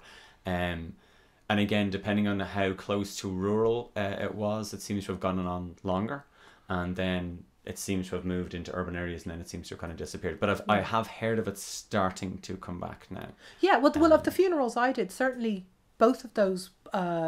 Certainly Nora, her body was laid out at home for the night before, and certainly of the one that I was at there recently, the young man, certainly family and friends were invited to the house the day before, and I'm pretty sure his body was there as well. Right. So that's certainly, maybe not quite as long, but certainly a shorter version of it. But you need time to say goodbye, and you need time to take things in. And I think the notion of just being like you're buried like that whereas in the UK it's almost the opposite. The body disappears for about 10 days. You're in complete limbo, and then finally you get. I don't think that seems to me too. That's not right either. You know. Well, it's right in the right, but I would find that quite upsetting in the different way. Yeah, I think I would agree. I think there's certainly the trend towards moving far too quickly through these things, and I don't think we should. I certainly like the idea of the wake. I mean, it's a very traditional thing. Obviously, it's not bespoke to Ireland, but obviously Ireland has Irish culture has created a particular. We turn it into a drinking game. Yes, yes, and also very much there would be an open. Maybe that goes without saying, but that when you're waked, it's an open coffin. Like the point is, it's not just the body; it is the point that you can see the person, and of course, assuming that it's possible, which in the vast majority of cases, of course, it very much is. I think. So then I have been at a wake. So this was my understanding, but I just wasn't entirely sure, and I certainly wasn't familiar with all of the other kind of paraphernalia that you just discussed about that's around it. So I find that interesting. I must certainly research that a little further. I was at one of he was a young man. He had committed suicide, and there was a lot of, well, we will and won't talk about it now. Actually, the family were relatively okay about talking about it, but the priest decided not to, because of course the church still has questions, theological concerns over that, and that gets me into the whole I have to judge you now. Totally. So I think that their solution to the problem was, we'll just pretend it doesn't exist. But the family actually had no problem talking about it, and indeed in their house, in the front room, that's where the body was. And so this was a little shocking to me initially, because I hadn't been at anything like that in a long time. If you haven't come across it is quite jarring. But I think understanding the idea and this comes back to the question of maybe do rational or free thinking or humanists deal with the question of death more effectively. I don't want to say better or worse, but just more effectively. I think the answer is yes, because we try to positively engage with psychologically healthy activities around it. For example, like taking like giving oneself permission to grieve, like taking the time maybe saying to that say there is an goodbye. actual reason, because don't forget, and this is saying that there's a reason to grieve, yes. because the church's thing is like they've gone to a better place. Yeah, you should be celebrating. It's all great. Better than a planet with Disneyland. It's like, Jesus, how good is it? You know? Yeah. And I think you're absolutely right that. I mean, this brings us back to the point. Well, you know, it doesn't strike us as if people are responding to that believed message that they've gone to a better place, or that it was the right they're not thing acting to. like it's a good day. No, they're certainly not. And so so I think that's a cognitive dissonance there in your mind. So I think even again, psychologically, that's Yes, quite. it's meant to be a comfort, but I wonder actually, is it quite confusing? I think it's confusing. I think it is. Particularly if you're young, but again, perhaps particularly if you're young, particularly if you're younger. Yeah. Never about being older, when you might kind of have more of your own ideas as well. But certainly as a child, I don't know that I would find it. Like, I've always wondered, like, you know, like, it's like my in-laws are very devout, and I kind of wonder, like, when I would think, like, if one of my children died, or if my husband died, like, that I could imagine them saying, you know, well, you know, I mean, wanting to punch them. Yeah. Or wanting to say, don't say that to my child. Like, if my husband died, I would be actually, I know that sends any kind of sense of, like, tolerance for other people's beliefs will go right out the window. I'd be like, do not tell my child that her father has gone to heaven. Do not tell my child that she will see her father again. That would actually bring out a very in that sense, strong and intolerant, very militant, would bring out my inner militant atheist. Definitely. I know. I saw Sam Harris again talking about it, and he talked specifically about that like in certain he'd got correspondence from people in very religious communities in America where they've gone to a better place, and these would be parents experiencing the death of children and stuff, and the biggest horror we could ever imagine. And he said that like these people were having problems because after a while their community is like, why are you still upset? They've gone to a better place. Like, I mean, we get it, like they're dead and that's the shock, but now you're over the shock, you're acting like it's a bad thing. And so there becomes this kind of thought police over that as well, and that he mentioned that he'd received people talking to him that they had to put on a public show of not being as upset as they actually felt they were because of that, because they deny the reality, which is the person's gone. And we're sad that they're gone. Also, grief is a different one. I think in general there can probably a sense of like you're supposed, and that might be, again, probably another whole topic, but I think in our culture in general now, there can also though be that sense, whether or not you believe in God or not, that at some point you should just kind of get over it. How long is it acceptable to grieve for? In what way is it acceptable to grieve? And to a certain extent, I don't think it is perhaps acceptable anymore to literally, you know, to gnash your teeth and wail and tear your clothes, and maybe still even to do that at the time of the funeral. Never mind, perhaps want to feel like that at a later stage. I do think we are expected to full of Valium, and they start off at Rescue Remedy and pump you full of Valium at the end of it if you started carrying on like that at funerals now. I mean, they genuinely would. Yeah, I mean, I think the notion that you would, be sort of... I have never seen anybody break down at a graveside. No, people don't really, and I don't know that that's... I'm not so sure that's a good thing. No, I would agree with you there. I saw it a lot more when I was younger. And the few funerals that I've been at recently, I've seen less and less of it. So, and I would agree with you. I think it doesn't sound to me like a psychologically sound thing to do. It sounds like it's a culturally controlled thing, and I would agree with you that it can be irrespective of certainly a belief in God or a deity. I do think it may still stem from. We don't want to talk about that, even as a secular culture, maybe, or as again, I would say a Freethought culture, but as a secular culture, we still don't want to talk about it. There's still some things we're going to shut out, and you wailing or going on about it is reminding me that it's there, and I don't want to talk about it. And I don't have the answer. And I don't have the answer, and I still have that uncertainty. And even though, like, I'm a priest, it's like, and I've lived my life living a lie as an adult. You know, it's like, I have no more evidence that what I'm saying is right, but what I have is this, I've got all of the evidence that everything ends. And endings no one's happy about the endings. Like, Yeah, no one's happy That's about why, like, the people ending. don't plan, like, people for the most part don't plan their funerals Yeah. or buy, which is partly why. So, in another excellent I book have that you planned should, my funeral, but anyway. another excellent book, although it's written in the 60s, was Jessica Mitford, The American Way of Death. Mm-hmm. Fabulous expose of the American funeral good. industry. Right. And one of the reasons it was able that funerals are so expensive is because people don't shop around. Yeah. Yeah. You die, and then your family go, and the funeral director goes, well, obviously you love them, so you'd like the best casket, wouldn't you? You'll have And leads you past, the cheap ones are in the whatever room, and now the really expensive rooms, and it's utter manipulation of people at their most vulnerable. Now, this is her writing in the 60s. I can't imagine worse, it's much presumably. It's much better, but very few people plan their funeral. Why shouldn't you pay for your funeral in advance and plan it and discuss it and, like, buy your plot and your headstone? It'd be a hell of a lot cheaper. Yeah, but people don't want to. You might as well invest in the future because that is something that's going to happen. But because but that comes back. This is a product purchase you're never going to have to return. but it all links into the same thing, though, of not wanting, of grieving, of not being. You should kind of get over it now because we don't really want to talk. Not wanting to talk about death in general. Like, I'm only now starting to, and probably not dissimilar. Like you said, your dad is is suffering from vascular dementia. My parents are just, actually, as it happens, are in very good health, but they are getting older. And I'm starting to realise, God, they really aren't going to be forever. So at hitting 40, suddenly I think at 40 it's probably quite an age for beginning to realise, and my parents would have been that wee bit older as well. So suddenly you're starting to think, So I am starting to think a bit more about death, and also having children too, because of course there's that fear of losing them. But I realise you don't really, and I probably come from a relatively unusual family. My parents will be quite pragmatic. Like, my mother's planned a funeral service. She knows exactly what she wants.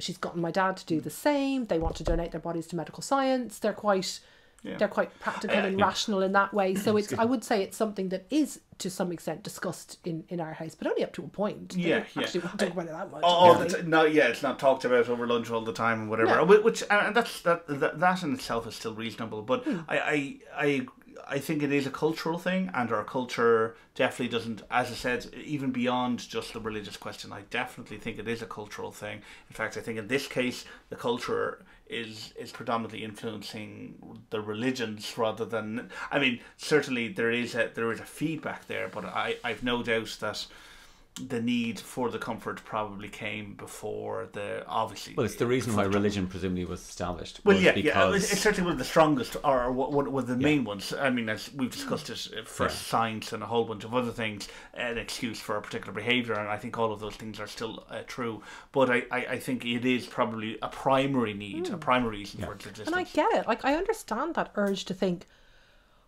they can't be gone. I can't bear it. I need something. I need to hold on to the notion that I'll see them again. I do understand that. I don't believe it. Yeah. But I understand that impulse. Yeah. There's that new narrative that our culture has kind of given us, which is that we are all in control of our own lives. I mean, everybody is told you can be whatever you want to be, and it's quite patently not true. Not true. No, you can't be anything you want to be. You just can't. I don't give a shit what you say. I can't be Usain Bolt. Yes. I just can't be Usain Bolt. As much as you really want, Rob, you're going to have to give up on that. Exactly. It's like, it just doesn't make any difference. Yeah. And yet we are fed this line that if you work hard enough, it's not even if you work hard enough, because they leave that bit out. Yeah. It's like, you can be anything you want to be. That's just nonsense. And I think, therefore, we're led this narrative of we are in control of what happens to us. Yeah, and we are not in control of what happens to us. Yeah. And it's a kind of... Keep the sheep. Don't startle the sheep while we're farming them. Yeah. I'm not sure who's farming us, but but again, it's back to that uncertainty thing, and that kind of line tries to drive us home. Well, give them the illusion that death isn't an issue, and then they'll be happy to buy a car. Yeah, because at the end, because if you spend, I mean, like I've started. This bit is a bit morbid, right? So if you don't want to listen to this, this bit, because I found like language, the difference, the nuance in language, and everybody says everyone's going to die, right? That's a saying that we're all going to die one day. And that doesn't quite bring the existential terror like saying the phrase, you're going to experience what it feels like to die. Yes. That's a very... very more different, real... but that's actually the reality. Yeah, you're going to experience... The last experience you have is what it feels like to die. Yes. That's going to be the last thing you actually know. And in fact, do you know what? I think that's very, very interesting, that idea. I've heard some people say that some atheists say that they don't particularly fear death, but they fear potentially the process of death. So I don't mind being dead. Now, it could be nice. It could be I pleasant, concur with that. Yeah. No, I'm not, and particularly for something like if I got ill, like terminal illness, the notion of getting like a terminal illness or one of the the particularly awful like muscular dystrophy or something where you lose or where you really do lose your capacity to communicate or that kind of thing. No, that terrifies me. Oh no, terrified of that. So when I say I want to live to be 10,000, it's not because I'm scared of being dead. I know I'll have no conception of being dead. I want to die without any discomfort, as I think everybody does. Yeah, of course. But I also want to delay that for as long as possible, because there's going to be loads of great shit that I'm just going to miss being dead. Yeah, I find it quite irritating that I'm going to die. Yeah, exactly. It's a very inconvenient of the universe. No, it is. It's quite irritating, because I also I'm also quite engaged with the world, and I would be like, oh, damn it, I'm going to miss those things. Or because I'm an older mother, because I'm 41 and my kids are only 4 and 2, it's entirely possible I'll never get to see my grandchildren, for instance, particularly if they're anything like me and take forever to get married and have kids. So, have it all. Choosy. Particular. I prefer particular. But my mother said, "Are you sharp with the boys?" Sharp. But so that kind of so I do. I must admit that one of the biggest emotion is like it's irritating. Yeah, irritating. It's inconvenient. Yeah, it's inconvenient. Yeah, and yes, it is a very. From a science perspective, it's very, very important. Again, another quote from Carl Sagan is that the key to evolution is time and death. And he doesn't say it in a kind of morbid way. He says it in a factual... Yeah. We would not be here if it weren't for the evolutionarily developed construct of senescence. We needed death, because if the dinosaurs didn't die, we most certainly wouldn't be here. And so... to understand that actually death is not only a very naturalistic part, because of course it's enwrapped. I mean, the figure of death is this supernatural black hooded figure with the scythe, is it? Yes. Is actually to turn death into this mysterious, otherworldly thing when it's something with intention. And I think isn't this to minimise because the complete and utter randomness of it. Yes. And so I think that gives it that's just one level below God's plan as an argument. It's like death, the character, the Grim Reaper. Yeah. That there is an agency at work in death, that there is somehow there is an intellect larger than ours or more objective than ours, that somehow everything is happening according to a plan, so don't worry about it. Pompeii was designed to burn. Yeah. To burn. No, see, I know. Which is the secret. If you actually think back, like this is just the thinking of the secret just showing up in medieval kind of religion, which is that like our thoughts impact the world around us, or else that there is a plan at which we do not have access to the planning process, that we are just inputs. Yeah. I mean, well, this I suppose makes me think about, because you were talking about you would love to live for 10,000 years. And I said at least 10,000 years. Sorry. I said I wasn't I'm even limiting raising you. a sweat. Sorry. You could be a vampire. Grand. Fine. I mean, look at the lack of hesitation when you offered me immortality. I'm like, I will take it. I will definitely take it. Absolutely. Give me that. I have no problem. Then I'll kill myself at some point. Especially if you're going to look like a very good-looking Swedish descendant. Isn't it though Douglas Adams who says he could have coped with eternity if it wasn't for Sunday afternoons? Isn't that in one of the books where it's like, you've had a bath, you've had like you just can't have another bath. It's like what exactly. Sunday. It's like the long dark tea time of the soul. Isn't that always the long dark tea time of the soul. That's it. Because particularly as a child, like although we didn't go to, there was something like now, a Sunday afternoon is bliss, but there's a certain stage I think in your life when a Sunday afternoon is just torture. Well, that's religion ruined it. Nothing on telly. Exactly. Nothing. And this was all because of the cultural thing of like Sunday was sacred and Sunday was God's day, and so it's like they had crap TV on. There was always that my wife talked about. Nothing was open. The cinema wasn't open. Yeah, there was an Irish soap opera that used to be on Sunday nights called Glen Roe, right? And the theme song to Glen Roe to me is if I ever top myself, that'll be playing. That is the sound to kill yourself to, because that's the sound of the weekend's over and you haven't done your homework. Yeah. That's what that sound is. And you haven't done your homework, and now the terror, and now the fear. Yeah. Well, on the... I promised a friend of mine I wouldn't do this, but I'm going to do it. Sorry. friend of mine who shall remain nameless, on the topic of, well, I don't want to say immortality, because I too am not really that interested in immortality. I am interested in living a little longer. Given my view of this information theoretic view of, I suppose, life as opposed to the information theoretic view of death, and there's this concept of, and I'm hesitant about bringing it up, the singularity, because there's still a lot of wishy-washy woo around us, yes. Which I fully subscribe to. Yeah. Well, I mean, hypothetically, I don't even want to say theoretically, hypothetically, if our brains are information-carrying devices, we are now, for the first time ever in human existence, at a point in our technology of at least conceptually thinking how such information could be preserved and carried on. Now, I honestly think we're not 50 years away from it, or 70 or 100. I think we're 1,000 years, because I don't think our scientific language is anywhere near close enough to be able to describe it. However, I do think it is, at least hypothetically, possible for it to one day describe it. And therefore, so I'm in my current guise as so I'm studying bioinformatics. So I'm learning a little bit about the biology, and it's fascinating, and I'm really finding it enjoyable, if not difficult.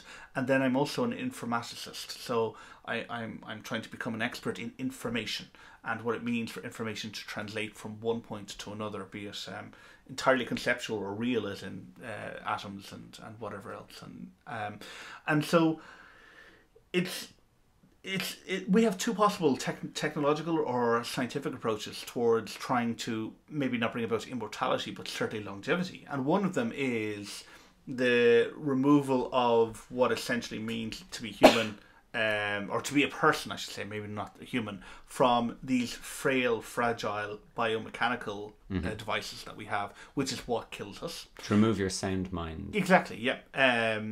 Bow whales, I learned today, apparently live for 200 years. Not a problem. Perfectly fine. Yeah. Perfectly normal. So nature is telling us, absolutely, there's a way of doing this. Yeah. So, there's two ways. There's potentially this information theoretical approach, where we take the information that essentially makes you and put it into another, a more durable container. Yeah. And I remember my science teacher, Mr. Stewart, from many years ago when I was in school, saying we are essentially just walking brains. Yeah. We are these jars, very well constructed in many cases, but we are essentially these. We are jars. Finite, complex jars, but they're incredibly complex. But we are finite. Finite. Yeah.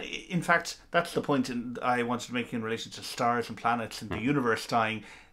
Immortality, it would seem, by the laws of physics, is impossible, in the sense that every no matter what containment we were going to create, it's going to break down. It will all be subject to the heat death of the universe. Exactly. You cannot make something that beats entropy. Exactly. So in this universe. Yeah. So I think immortality seems to be, in a way, a scientific impossibility. So certainly we could maybe create more durable containers, and that's one way. The other way, which is actually perhaps, and this, we don't know how close we really are to this. Some people say we're very close to it. Some people say we're not. The other one then is the biological approach. And while we actually can't see what the result is right now, we are beginning to get closer and we're definitely getting closer to it. And this is extending these fragile biomechanical devices of ours to considerably longer than what we currently have. And as I said, I know from just the research that I'm beginning to investigate from others, we see in nature, nature has no problem. So the two very interesting facts I learned today is polar bears eat nothing but high cholesterol fat, believe it or not, and don't apparently drink water. And yes, they have to have water, but because they're in a frozen wasteland, which is all salt water, and they wouldn't survive. So actually, water is apparently created in another way, but one of the ways is from this fat. Sorry, that's not really that relevant, but they live actually quite a long time. And then bow whales live for at least 200 years. There are certain species of bats, particularly in Ireland, that live for 50 years, which is quite unheard of in animals that size. Flight. Yeah, absolutely. And of that size, because flight is very expensive from a calorie point of view, and so you have to eat a lot or you die very quickly, which is why most birds don't live that long.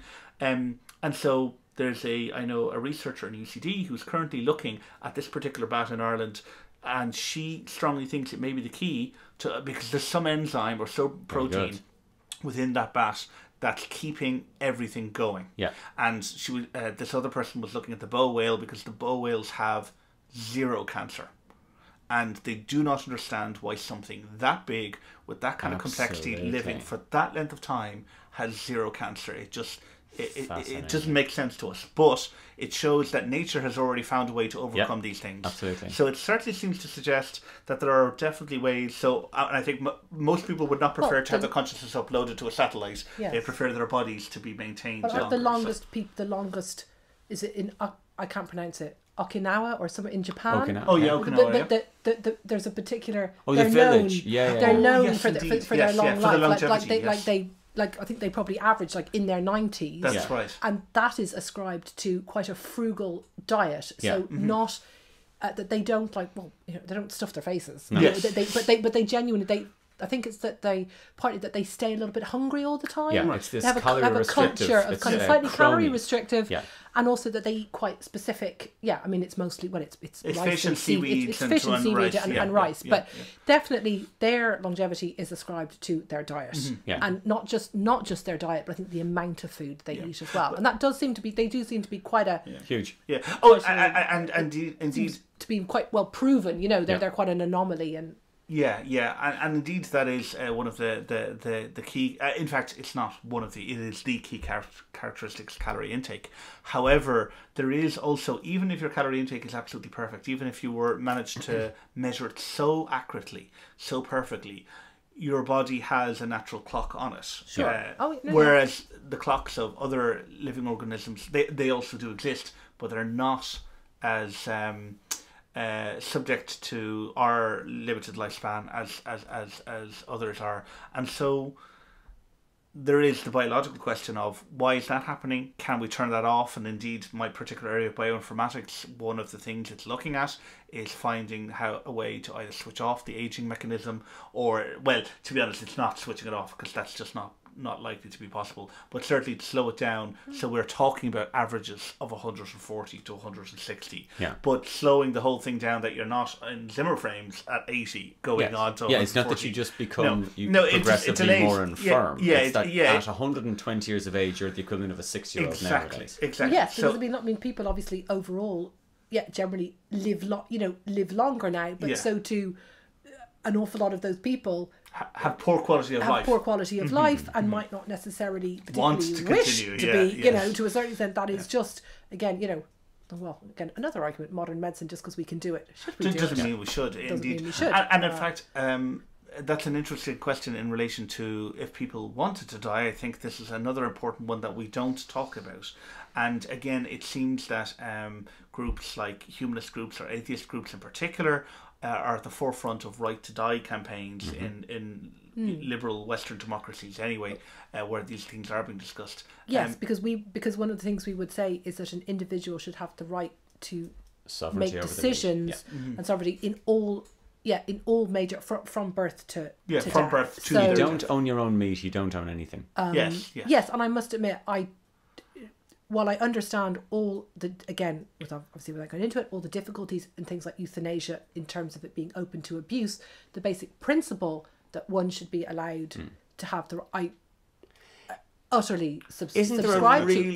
It's my it's my life. I came up with a solution body. to get around the downside of euthanasia, right? And I'm not even particularly clever, but I came up with what I think is a foolproof way to get around the whole slippery slope we're going to be taking Granny out and shooting in the back of the head, right? Because this is the argument that older people is will mobilized. Feel under pressure. Okay? So here's the argument now. Okay. A, you must have a history of degenerative illness that has got no positive outcome. B, a series of doctors sign off on the fact that that is actually an adequate and accurate, correct medical history. Secondly, we get a couple of different lawyers in, all unlinked, who all say, absolutely, this person has a sound mind and body, and then we let them decide. Case bloody over. No, that strikes me as that's a foolproof way to get around the venal grandchildren bumping off Granny. Yeah. Well, I mean, do you know what? I think there are. Yeah, I think there probably are. Yeah, I can't believe there aren't ways of strategies or ways of doing. And obviously we do to some extent, of course, again, very Irish solution to an Irish problem, perhaps to a certain extent, it does happen, because to a large extent, if you just simply withdraw certain things or don't do certain things, to some extent it does. And some people would say, well, look, you kind of, case by case kind of pragmatism, it's kind of happening. But that's no good to people like how awful, I can't think of her surname, but Marie, you know who I mean. Yes. The lady who died from MS. Yes, and who brought her case to the sorry, apologies, the right to die. But I just your heart just broke for her. Yeah. That, and this was obviously a much loved, very intelligent, much loved person, but that she didn't want to carry on. We just forced her. We just made her carry on in pain. And again, stemming from society's unwillingness to actually discuss this. To actually look at the reality.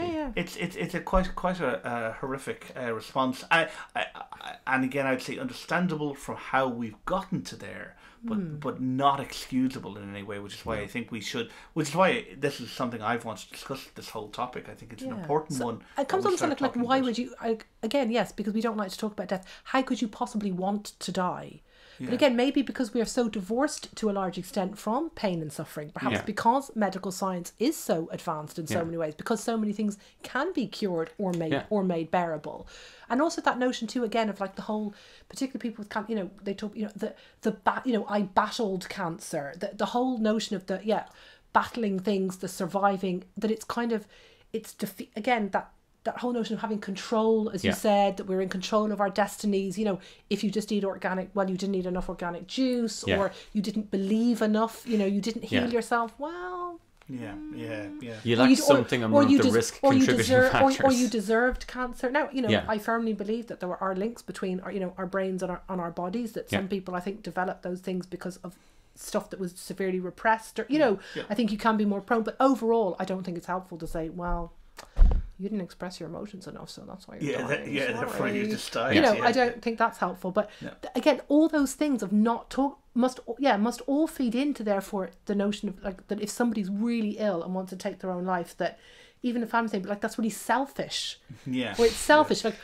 Don't leave me. I don't care that you're in agony, but I can't I can't live without you. I'd rather you be in pain than me not be hit, than have you not here for me to like. But somewhere there is that. If somebody keeps expressly saying I would like to die, and you as their family keep saying no, that's just immoral and it's wrong, and you have to keep battling this, and you can until you're ready, until you inevitably dead die, because you're not winning this. That must be. I can quite see how that must be incredibly frustrating for somebody who has just had enough. I've just, and I've never been. I have no idea what it's like to be seriously. So who am I? Who are we to say? No, come on. You have to keep going. Come on, we all know it. We don't really want to talk about it. I heard an interesting thing. Apparently, 80-something% of people. I must see if I can find it out. It was I read it somewhere recently the last while, and no one was coming on here. It was something about Dignitas. Oh no! It was that lady who was her court case was dismissed and stuff over the phone call to the travel agent, and they talked about Dignitas, and they had a statistic. I don't know how true it is, but they say something in the region of 80% of people who go to Dignitas don't go through with it. That actually they'll do everything else. They'll get to it and go, actually, you know what? Sod it, no. Because the will to live is strong. But you should. But also, though, you should. But then you should. But you should have that choice to get to the point where you go. Actually, I really do, because you can only know that if you're given the genuine choice. Yes. I'm sure there are. It's a. It's a pretty final thing to say. I am going to drink this. Yeah.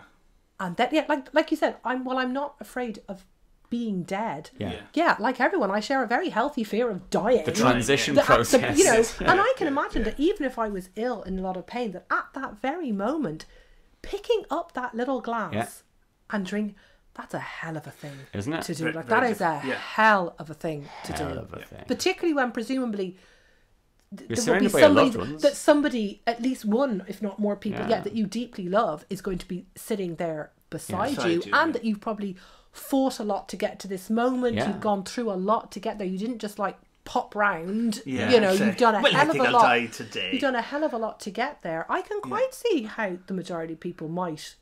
But at least they chose. They have the option. They had the choice, and now they kind of know. Actually, I can bear this, and that choice shouldn't... I can bear this. I have enough. There's enough. Yeah. For me. Yeah, to continue on. Absolutely. Continue. And so long as you said, that choices are made available to them, and we don't as a society stigmatise that choice, because right now, even if it were a referendum issue, and we somehow allowed us just barely, it would seem that it would still be quite stigmatised because of our unwillingness to deal with the whole question of death and our culture of suppression on this, that even giving some of the choice would likely to be vilified and still considered the wrong thing to do. When, as you said, who would know? Who are we as a group to know what a particular individual may or may not feel? And I don't think it helps that we lionize the people who, like, certain people deal remarkably well when stuff happens. They're the kind of people who would be like Olympic medalists if they were, if they had muscular dystrophy and then still, done this and like there's a again, and he is inspiring. I can't think of his name. He's a filmmaker. Pretty sure he has muscular dystrophy. 5 children. The Irish guy. Went on to have more children after his diagnosis because that was something him and his wife, that gave them, having the family, having more children was deliberate choice, because that literally, that bringing that life into the world, having the children to look forward to, having them to focus on. But like, not everyone is like that. No. He is the absolute exception to the rule. And he was obviously quite an interesting exception before he got sick. Yeah.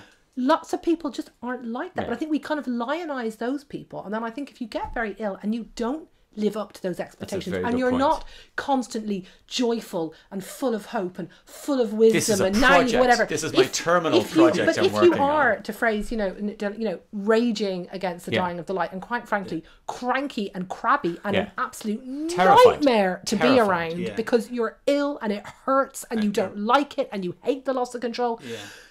It must be really unhelpful to read about people like him and think, why am I not being uplifting the spirits of everyone around me? In fact, everyone around me wants nothing to do with me because I'm such a total nightmare because I'm dying and it hurts.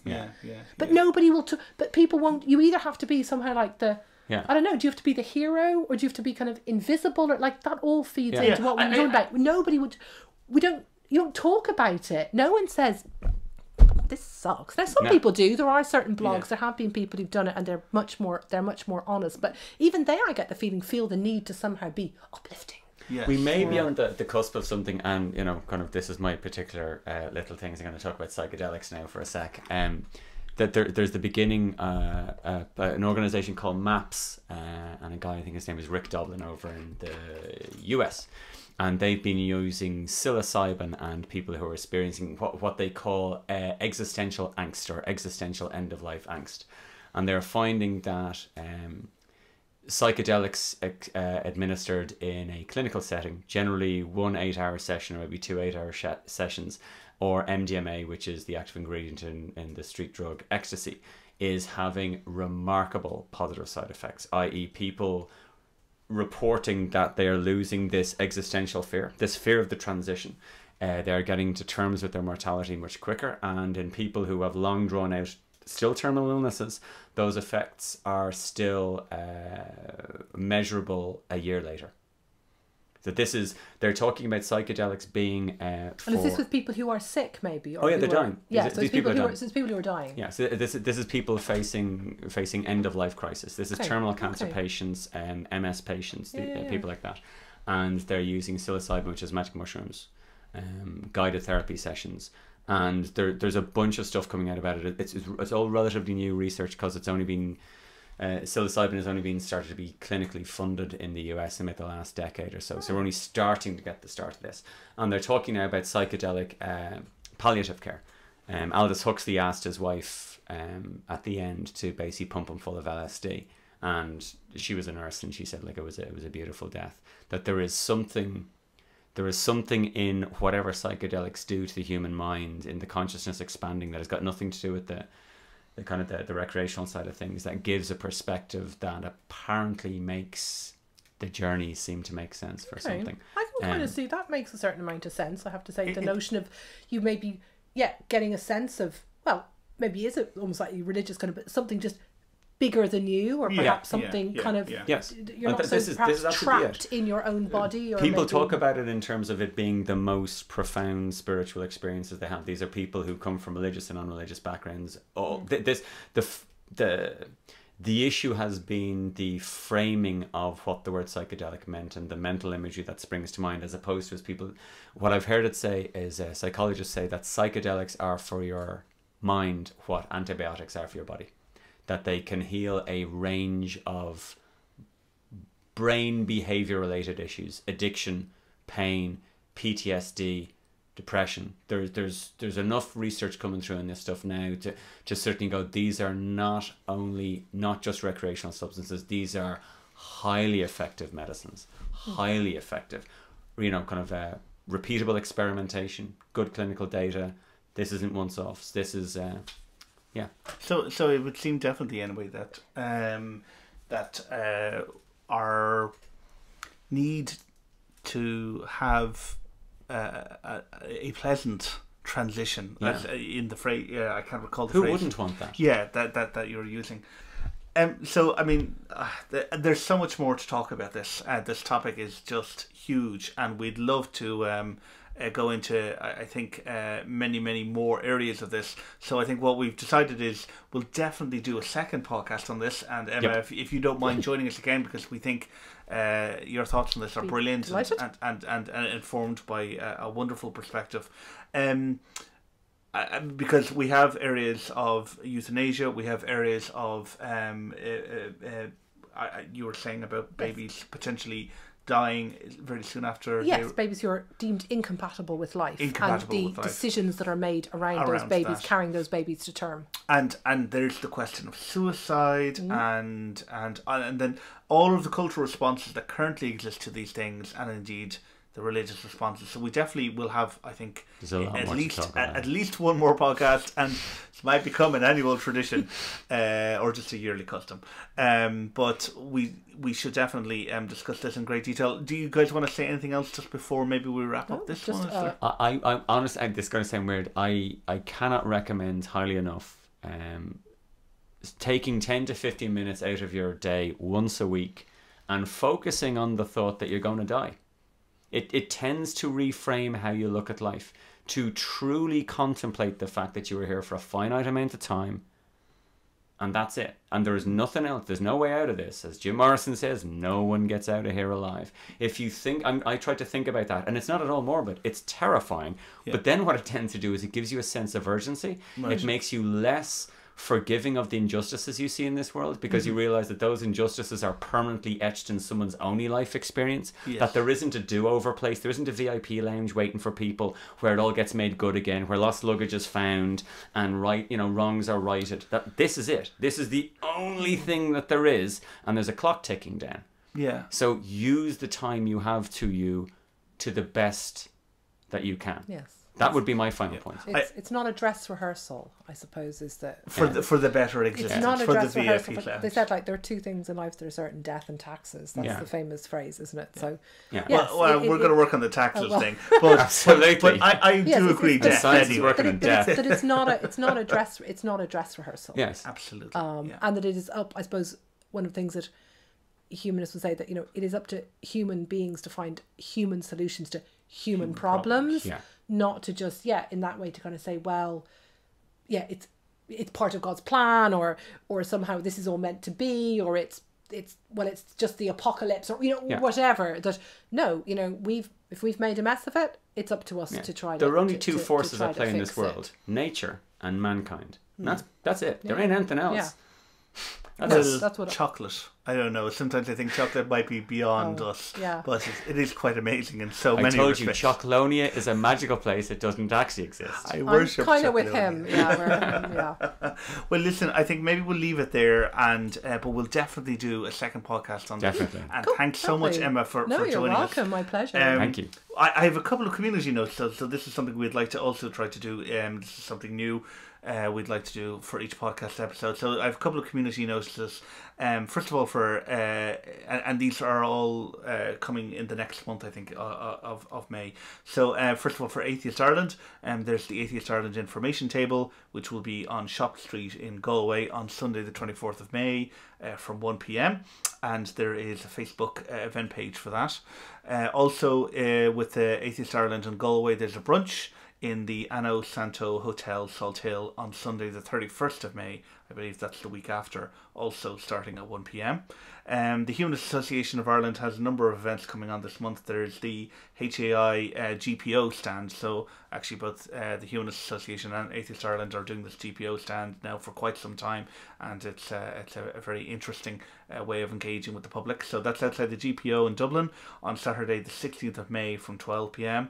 Northwest Humanists are meeting up in Paddy's Bar, Main Street, Carrick-on-Shannon on Sunday the 17th of May from 2:30 to 4:30. And you can contact Zolda Carmody on 086 882 0445 for that. Midwest Humanists are also meeting up on Wednesday the 20th of May at 8 p.m. in the Absolute Hotel, Sir Harry's Mall, Limerick.